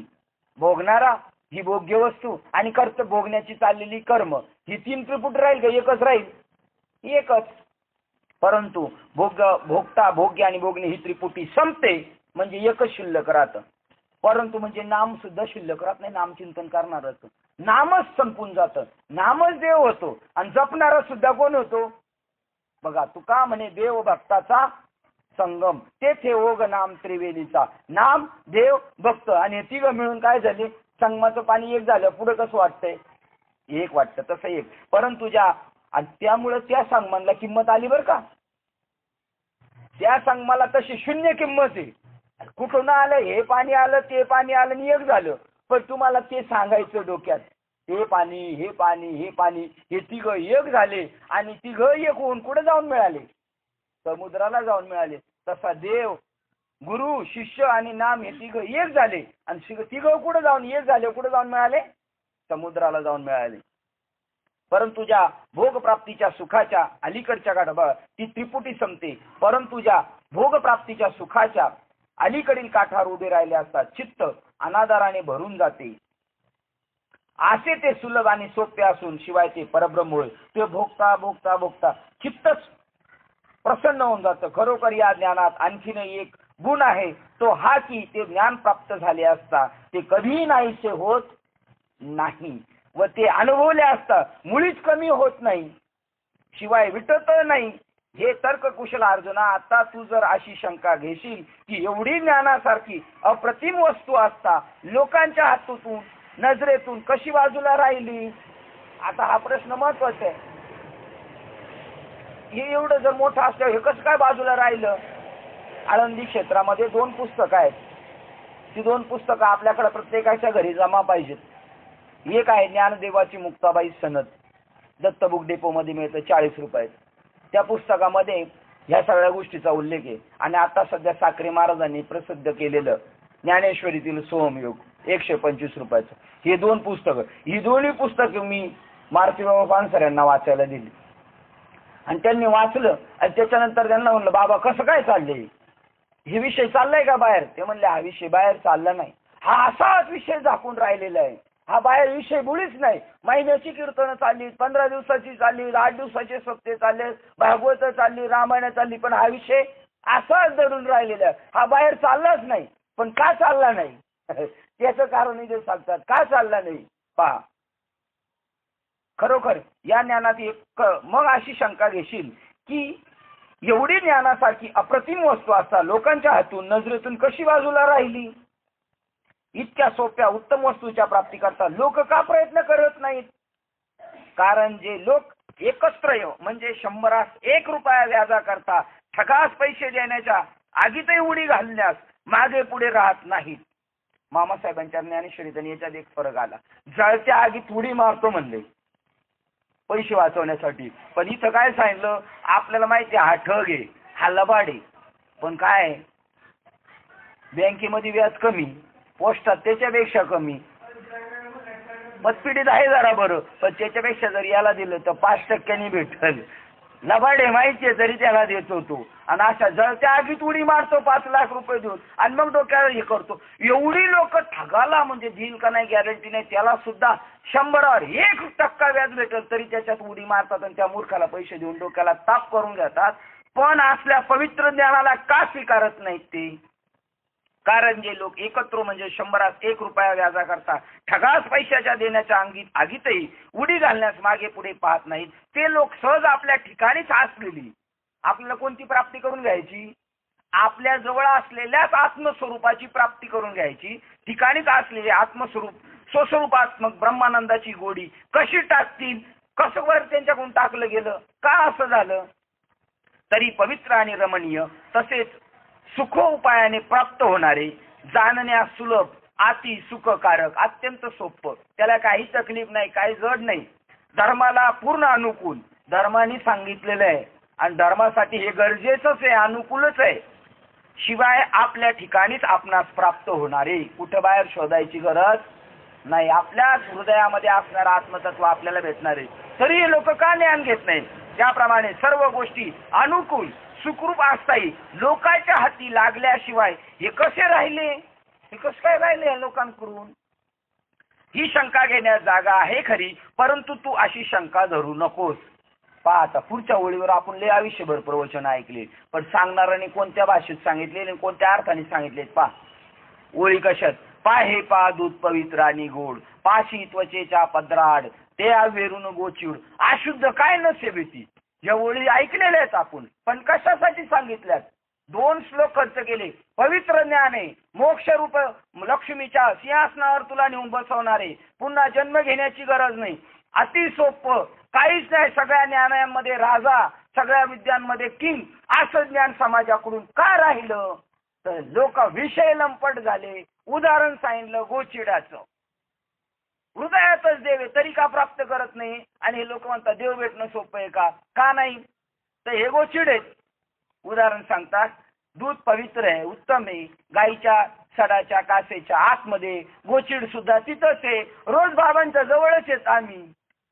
कोण गोचिड काशेच्या जवळच आहे, पण ते गोचिड दूध पितोय, ते अशुद्धच रक्त घेऊन येतं. बाबा हे करू का, ते करू का, पुस्तकं विकू का, इथं टेबल लावू का, तिकडे फोटो विकायला जाऊ का, हँडवेल वाटायला जाऊ का, हे काम करायचंय. पण ह्या कामासाठी नाही आपण नुसत्या बादल्या घेऊन काल्याच्या कीर्तना जेवण वाढणारासाठी आपला जन्म झालेला नाही. आपल्या जन्माचं एक काहीतरी विशिष्ट प्रयोजन आहे. ज्या अर्थी संत मालिकेला आपण जॉईंट झालेलो आहे ते आपल्या येण्याचं काहीतरी एक विशिष्ट कर्तव्य आहे. काय कर्तव्य आहे? अवतार तुम्हा धराया कारण. ही तुमच्या आमच्याबद्दल बोललेली वाक्य आहेत बरं का. तुकाराम महाराज म्हणतात, ज्याच्याकडे हे नाम आहे त्यांनी हे नाम समाजाला वाटण्याचा प्रयत्न केला पाहिजे. हे ज्ञान वाटण्यासाठी तुला जन्म झालेला आहे. कारण असली अत्यंत मोलाची वस्तू जगाच्या बाजारात कोणाकडेच नाही. 1400 वर्ष चांगदेव जगला त्याच्याकडे नाही. ज्यांच्या ताटात कीर्तनात देव नाचत होता, ताटात जेवत होता, त्यांच्याकडे जी गोष्ट नाही ती तुमच्याकडे. आणि म्हणून नामदेव महाराजांना सुद्धा म्हणावं लागलं, अहो तुमचं येण्याचं प्रयोजन ब्रह्ममूर्ती संत जगी अवतरले. कधी बोलणार? ब्रह्ममूर्ती संत जगी अवतरले. ब्रह्ममूर्ती संत जगी अवतरले.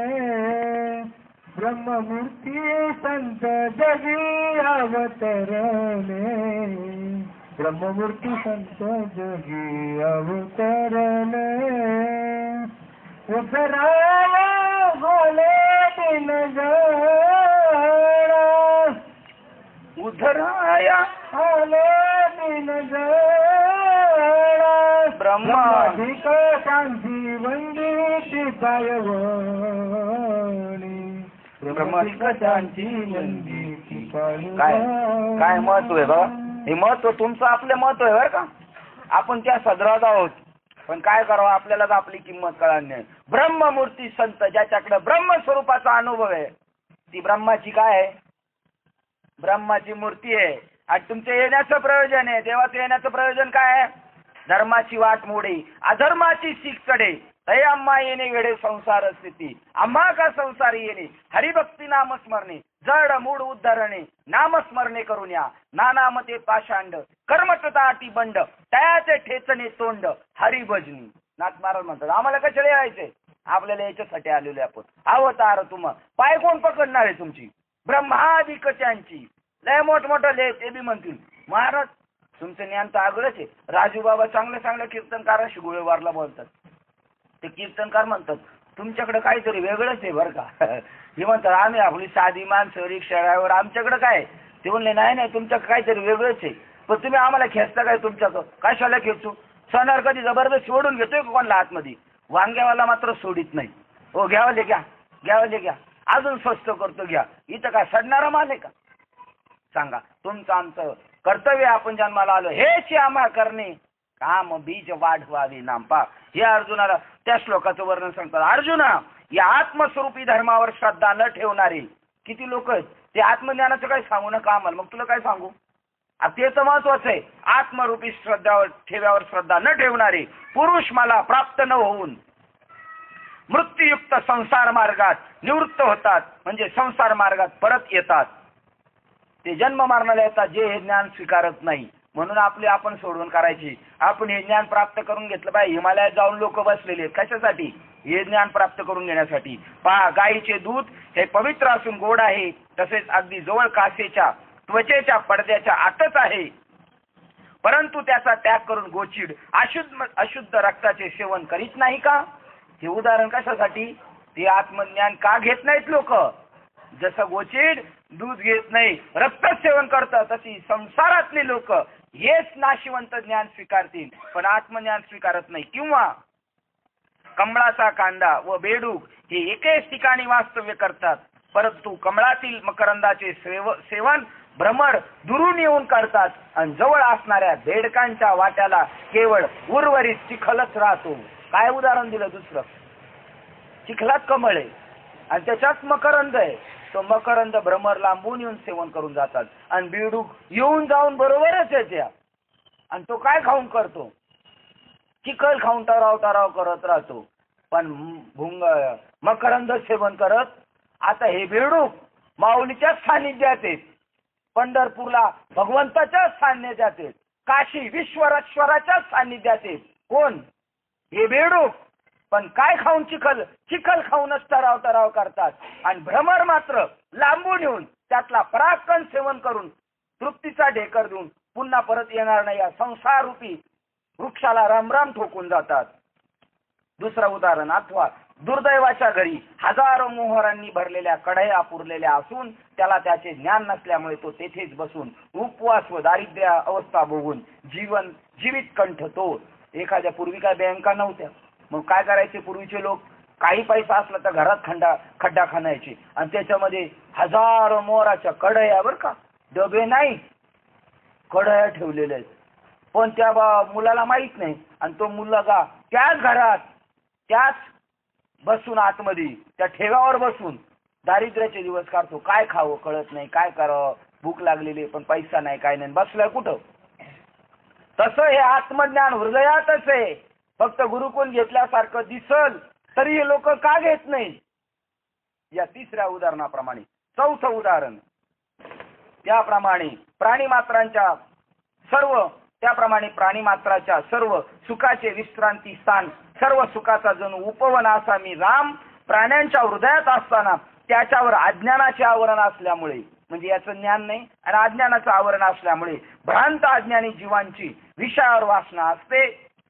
किंवा पुष्कळसे मृगजळ डोळ्यांनी पाहून जसा मूर्खांनी तोंडात गळत असलेला अमृताचा घोट थुंकून टाकावा किंवा शिंप मिळाली असता तिच्या चकचकीतपणास भुलून गळ्यात बांधलेला परीस तोडून टाकावा, त्याप्रमाणे ज्याच्या मनावर अविवेकामुळे शरीर व शरीर संबंधी पुत्राधिकांविषयी अहम ममतेचा पगडा बसलेला आहे, ते बिचारे मी आणि माझे या लगबगीत मला प्राप्त होत नाही. म्हणून ते जन्म आणि मरण याच्या दोन थड्या असलेल्या भवनदीत बुचकळ्या गटांगळ्या धक्के खात बसतात. सहज विचार करून मी कसा आहे हे पाहिले असता सूर्य ज्याप्रमाणे वाटेल तिकडून पाहणारा आपल्या तोंडासमोर दिसतो, तसा मी सर्वा सदा समोर, म्हणजे सामान्य रूपाने प्रत्यक्ष, तथापि केव्हा म्हणजे दिवसा दिसणे, केव्हा म्हणजे रात्री न दिसणे, ही अशी जी उणीव त्या सूर्यात आहे ती माझ्या ठिकाणी नाही. काय वाक्य आहे बघा. मी कसा आहे एरवी तो मी कैसा, सगळ्यांच्या मुखाप्रती भानू जैसा. कुणी पाहिलं तर त्याच्या समोर तोंडासमोर जसा सूर्य आणि सूर्याचा प्रकाश दिसतो तसा मी दिवस रात्र प्राणीमात्रांच्या समोर आहे.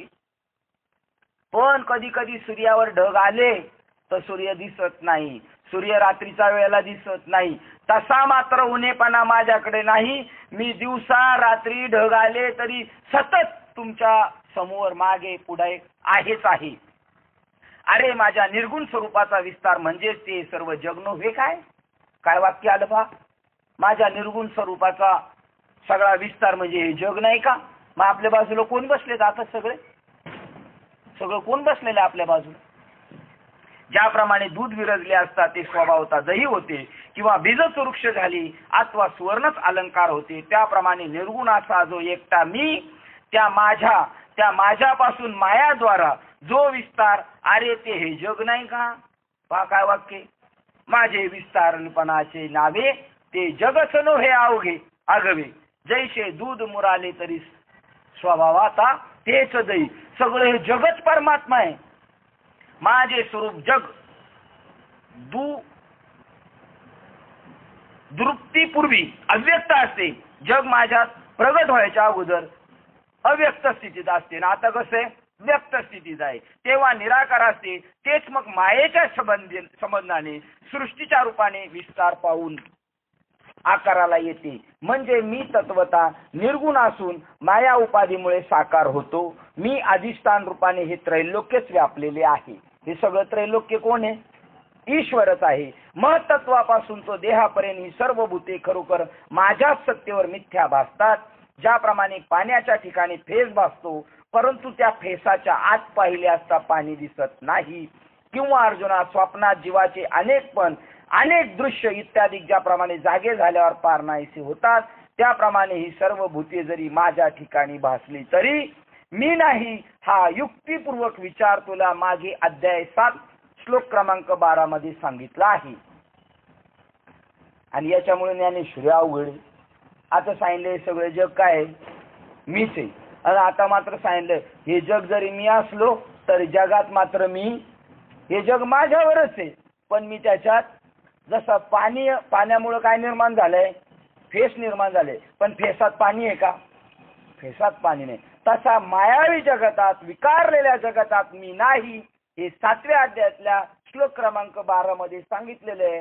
म्हणजे विकारलेल्या जगतामध्ये मी नाही, जी विकारलेली गोष्ट आहे ती मी नाही, निर्विकार जी गोष्ट आहे ती मी आहे.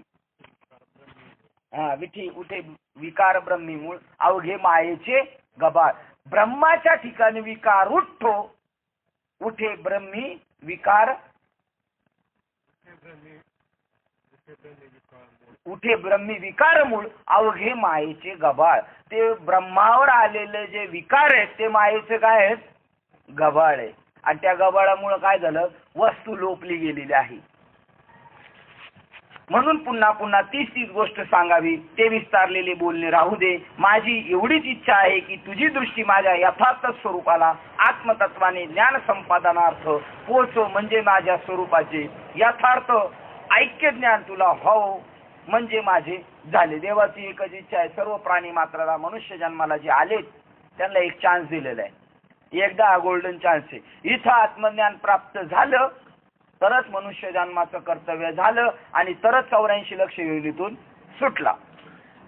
माझ्या स्वरूपाच्या आड येणारी माया आणि तुला भ्रमात पाडणारी कल्पना, त्या माया आणि कल्पना दोन्ही टाकून देऊन तदलक्षणभूत व तो पदलक्षणभूत अखंड ऐक्यरस निरुपाधिक असे माझे यथार्थ रूप पाहू लागलास तर तुला असे दिसून येईल की माझ्या आश्रयावर सर्व भूते आहेत.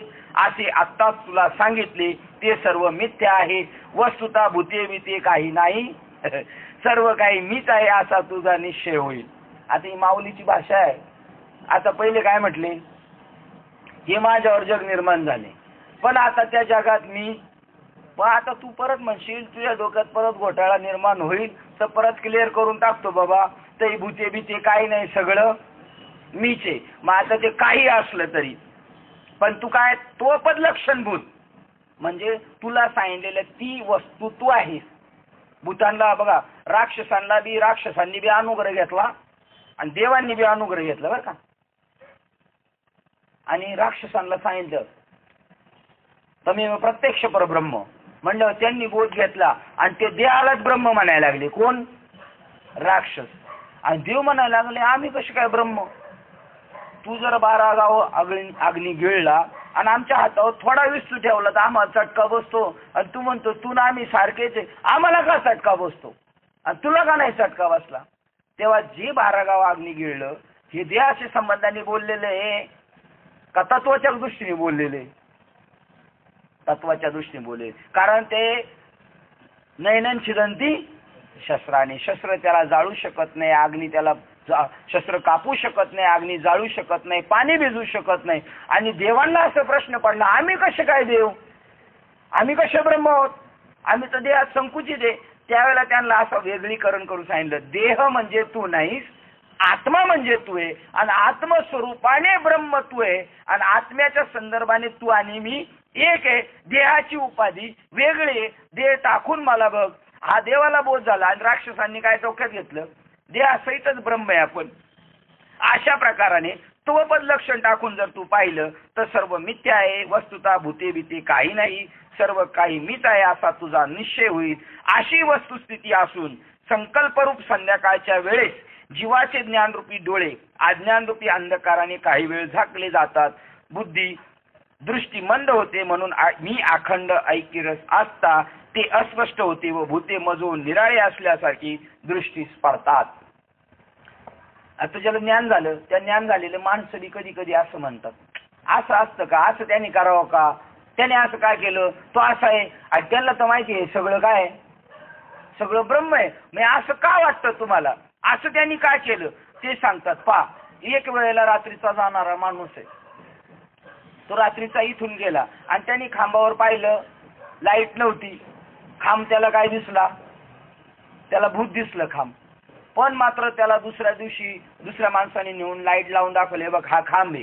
2 दिवस दाखवलं, 4 दिवस दाखवलं, असं 7 दिवस दाखवलं. 8व्या दिवशी काला झाला आणि काय सांगितलं, हा काय खांब आहे, हा भूत नाही.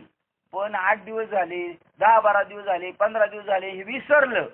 आणि परत महिन्याने आलंच तिथं, महिन्याने आलं, पहिलंच थबकलं पाहिलं आणि काय म्हणायला लागलं ते, काय म्हणायला लागलं ते, हे भूत आहे. आणि 8 दिवस त्याचा निश्चय केला होता, बुद्धी निश्चय हे खांब आहे, भूत नाही.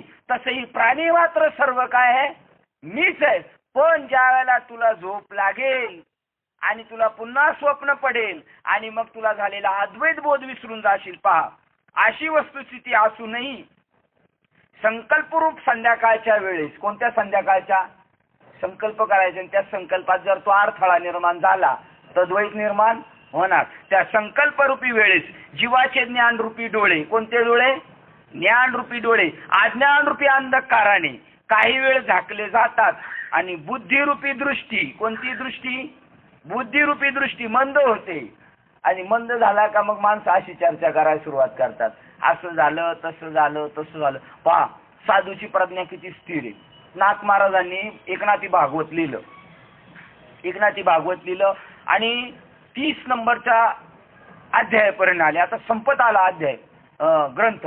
त्यावेळेला त्यांना विचारलं, नाथ महाराज तुम्हाला लोक तर आता मानत नाहीत, आताच लोक नाव ठेवतात तुम्हाला, तुमच्या ब्राह्मण वर्गातले लोक नाव ठेवतात, बाकीची लोक नाव ठेवतात, तुमच्या अंगावर थुंकतात, तुमचा ग्रंथ कोण स्वीकारणार आहे, तुम्ही एवढा आटापिटीनी करताय. प्रत्यक्ष बोलले त्यांना. तेव्हा त्यांनी सांगितलं, काही झालं तर ही सगळी काय आहेत, आम्हा वडील भूते सर्व ब्रह्म आहेत, सगळे ब्रह्म आहेत. ब्रह्म जैशा तैशा परी आम्हा वडील भूते सगळी, लहान असू मोठी असू आम्हा सगळी साथे. ते म्हणतात या ग्रंथाशी जो आदरी जे अथवा जो उपेक्षी जे किंवा केवळ जे निंदी जे तेही आम्हा ब्रह्ममूर्ती सद्गुरु रूपे. काय सांगितलं, त्यांना वृद्धी रूपी डोळ्यांना झोप लागली नाही, त्यांना द्वैत स्वप्न दिसलं नाही. ते म्हणले या ग्रंथाचा जो आदर करील किंवा उपेक्षा करील, काय करायचं त्यांना काम नाही म्हणून येऊन बसले असा उपेक्षण बोलेल किंवा केवळ निंदा करील, बावळटपणा केला या लोकांनी, तेही आम्हा ब्रह्ममूर्ती सद्गुरु रूपे. जे चांगलं म्हणणारे वाईट म्हणणारे सगळे कोण आहेत आपल्याला, ब्रह्ममूर्ती. हेच शिकविले जनार्दनी. आमच्या बाबांनी आम्हाला काय शिकवलं, हे शिकवलं, सर्वाभूती मजच पाहणे, प्रकृती गुणाची लक्षणे सर्वता आपण न मानावी. यांची प्रकृती, यांचे कर्म, यांचे स्वभाव भिन्न आहेत. आपण म्हणून तसंच ते म्हणतील असं कधीतरी उरफाट बी बोलतील, तरी पण आपण मात्र लक्ष ठेवायचे. यांची कर्म, यांची प्रकृती, यांचे स्वभाव जरी भिन्न असले पण ते ज्याच्यावर उठतात त्या ब्रह्मसत्तेवर ती सत्ता मात्र एक आहे आणि त्या सत्तेवर दृष्टी ठेवायची.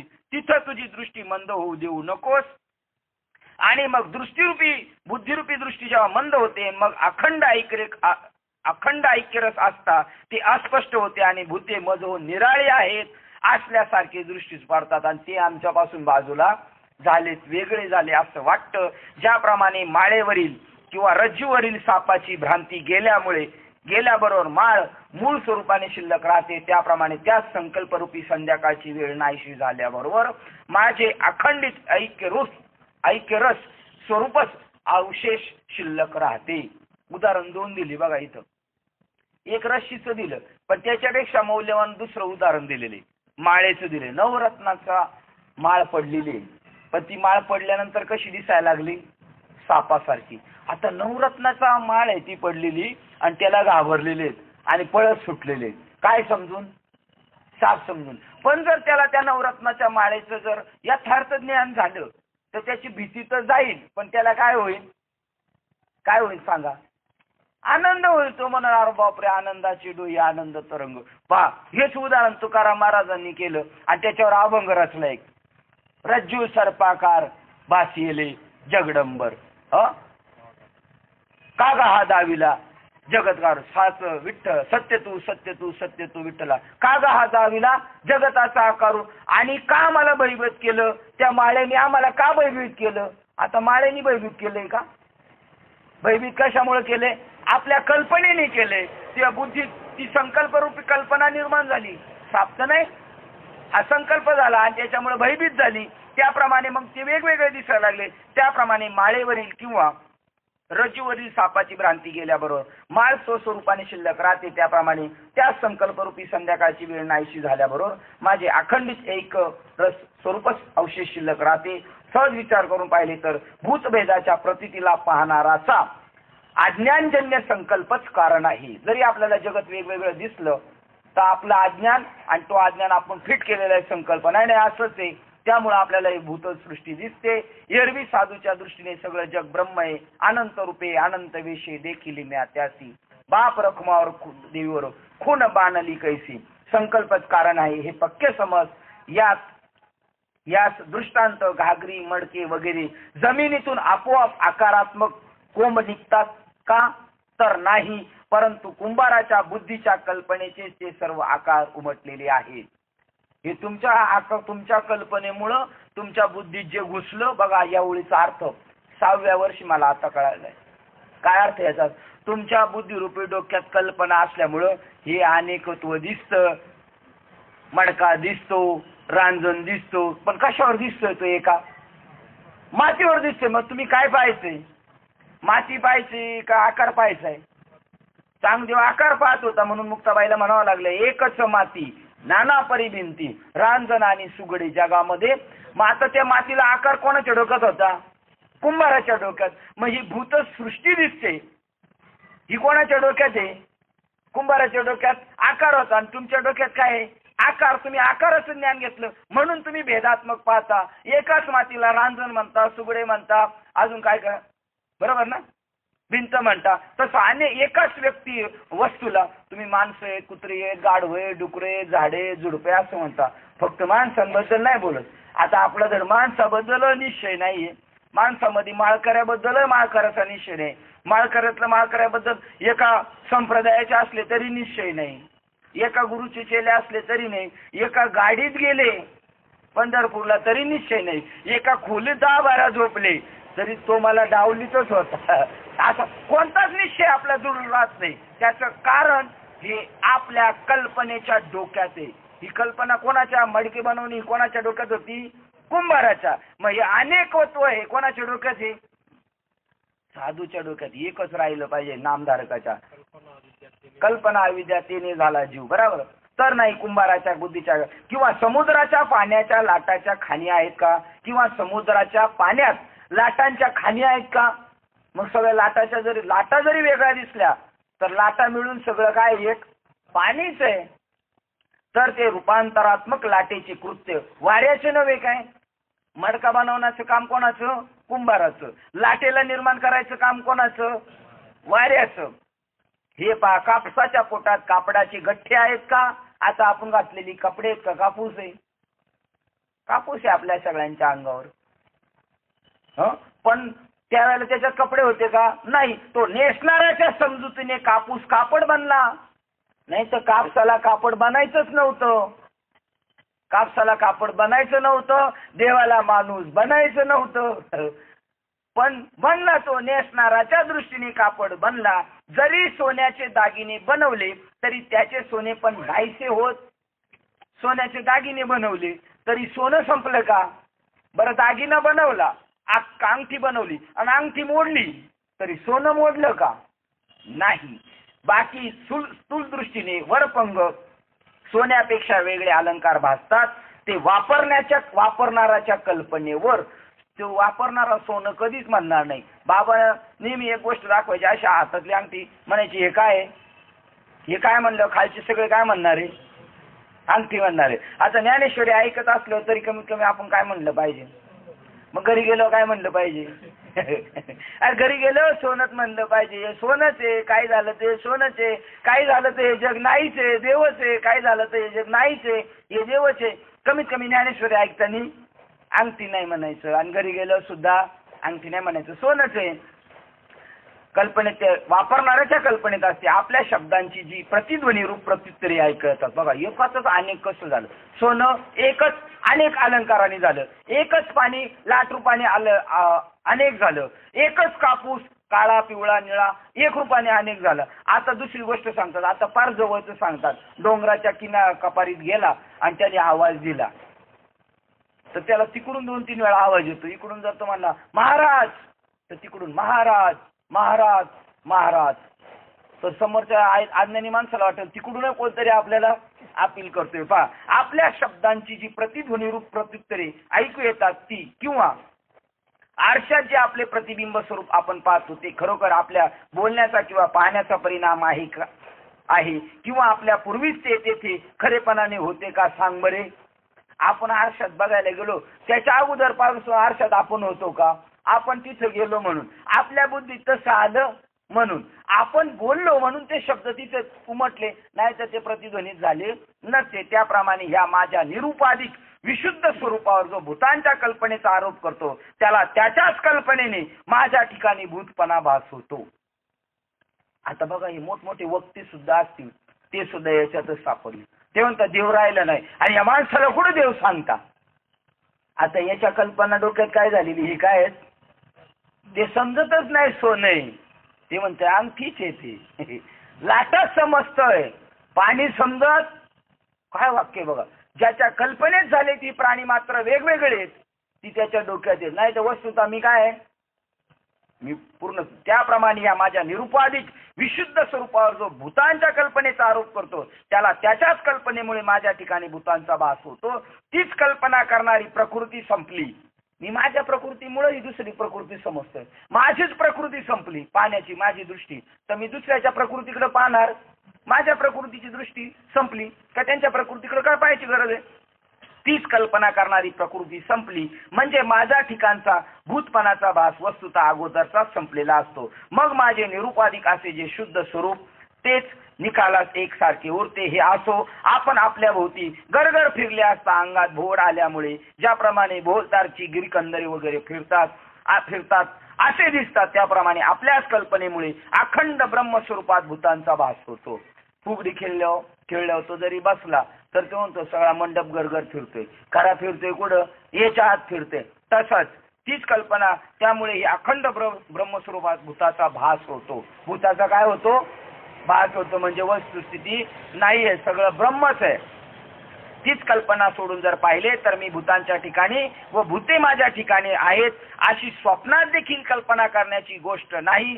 सारा कल्पित द्वैत भाव नाहीसा होतो. आता मीच एक भूतांना धारण करणारा अथवा भूतात असणारा या सर्व गोष्टीची बोलणी संकल्परूप सन्निपात वायूच्या लहरीची बडबडी आहे. जोपर्यंत त्याला ताप आलेला आहे आणि तापात फडफडायला लागलं आणि रात्रीचं बोलायला लागलं, ते बरंच आहे. ते खरं बोलतंय का? आकाशामुळे बोलतंय, ते तापामुळे बोलते. तसं याला संकल्परूपी सन्निपात झालेला आहे आणि त्याच्यामुळे ते द्वैतरूपी सन्निपात जो त्याला रोग झाल्यामुळं ते बडबडते. भूत माझ्यात आहेत आणि मी भूतांमध्ये, ब्रह्म भूतांमध्ये आणि ब्रह्म भूत ब्रह्मांमध्ये, ही संकल्परूप झाली. म्हणून हे प्रियोतमा ऐक, अशा प्रकारे सृष्टीचा विश्वात्मा किंवा मिथ्याभूत समुदायाचा सदा आधार आहे. ज्याप्रमाणे वास्तविक सूर्याच्या किरणाच्या आधारावर नसून मिथ्या मृगजळ केवळ भासते एवढेच, त्याप्रमाणे माझ्या निर्गुण स्वरूपाच्या ठिकाणी सर्व भूते मिथ्या आहेत असेच समज. क्षणिक आहेत, आकाराला आलेले क्षणिक आहे, अंगठी क्षणिक आहे, अलंकार क्षणिक आहे, पण सोनं मात्र क्षणिक नाही एवढं समज. इतकेच नव्हे तर मीही एक त्यांच्यामध्ये अधिष्ठान रूपाने व्याप्त असून त्रिकालाबाधित सत्य आहे अशी समज. अंगठीत मी आहेच आहे, तसं सगळ्यांमध्ये मी आहेच हे सत्य समज. या प्रकारे करून मी भूतांची उत्पत्ती करता आहे असे म्हणतात, परंतु वास्तविक भूते आणि मी एकच आहे. ज्याप्रमाणे सूर्य आणि सूर्याची प्रभा ही दोन्ही एकच असतात, हेच आमच्या निर्गुण स्वरूपाचे ऐश्वर्य आहे. हा आमचा ऐश्वर्य योग तुला चांगला समजला ना? तर आता सांग बरे की मी व महत्त्वापासून देहापर्यंतची तत्वे भूते यांच्यात काही भेद किंवा भेदाचा काही संबंध आहे का? याकरता माझ्याहून सर्व प्राणी मात्र खरोखर वेगळे पण नाहीत. याकरता माझ्याहून सर्व प्राणी मात्र खरोखर वेगळे नाहीत आणि मलाही त्या प्राण्यापासून वेगळे असे कधीच समजू नकोस हो. 88 क्रमांकाच्या ओळीला आपण थांबूया. इथे सांगितले सगळे प्राणी मात्र मीच आहे, यांच्यामध्ये कधी भेद पाहू नको. आणि तू भेद पाशील तर कधी भेद पाशील? ज्यावेळेला तुला संकल्परूप सन्निपात रोग होईल,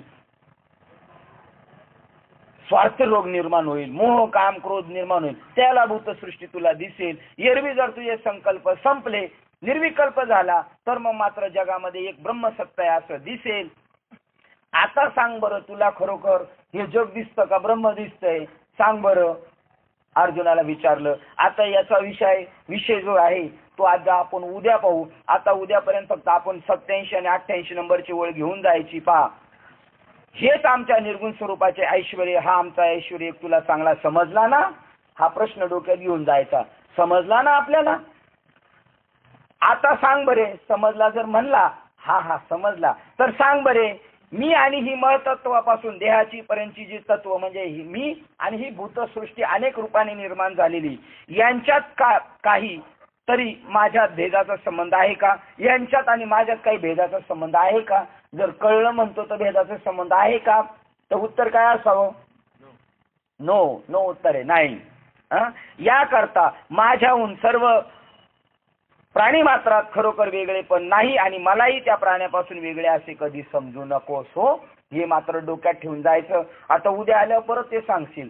तू जरी म्हणलाय ना डोक्यात राहिले, पण बघ बरं अर्जुना, परत गरकांड्यात येशील आणि परत म्हणशील नाही ते असं झालं तसं झालं. हे उद्या आपण पाहूया.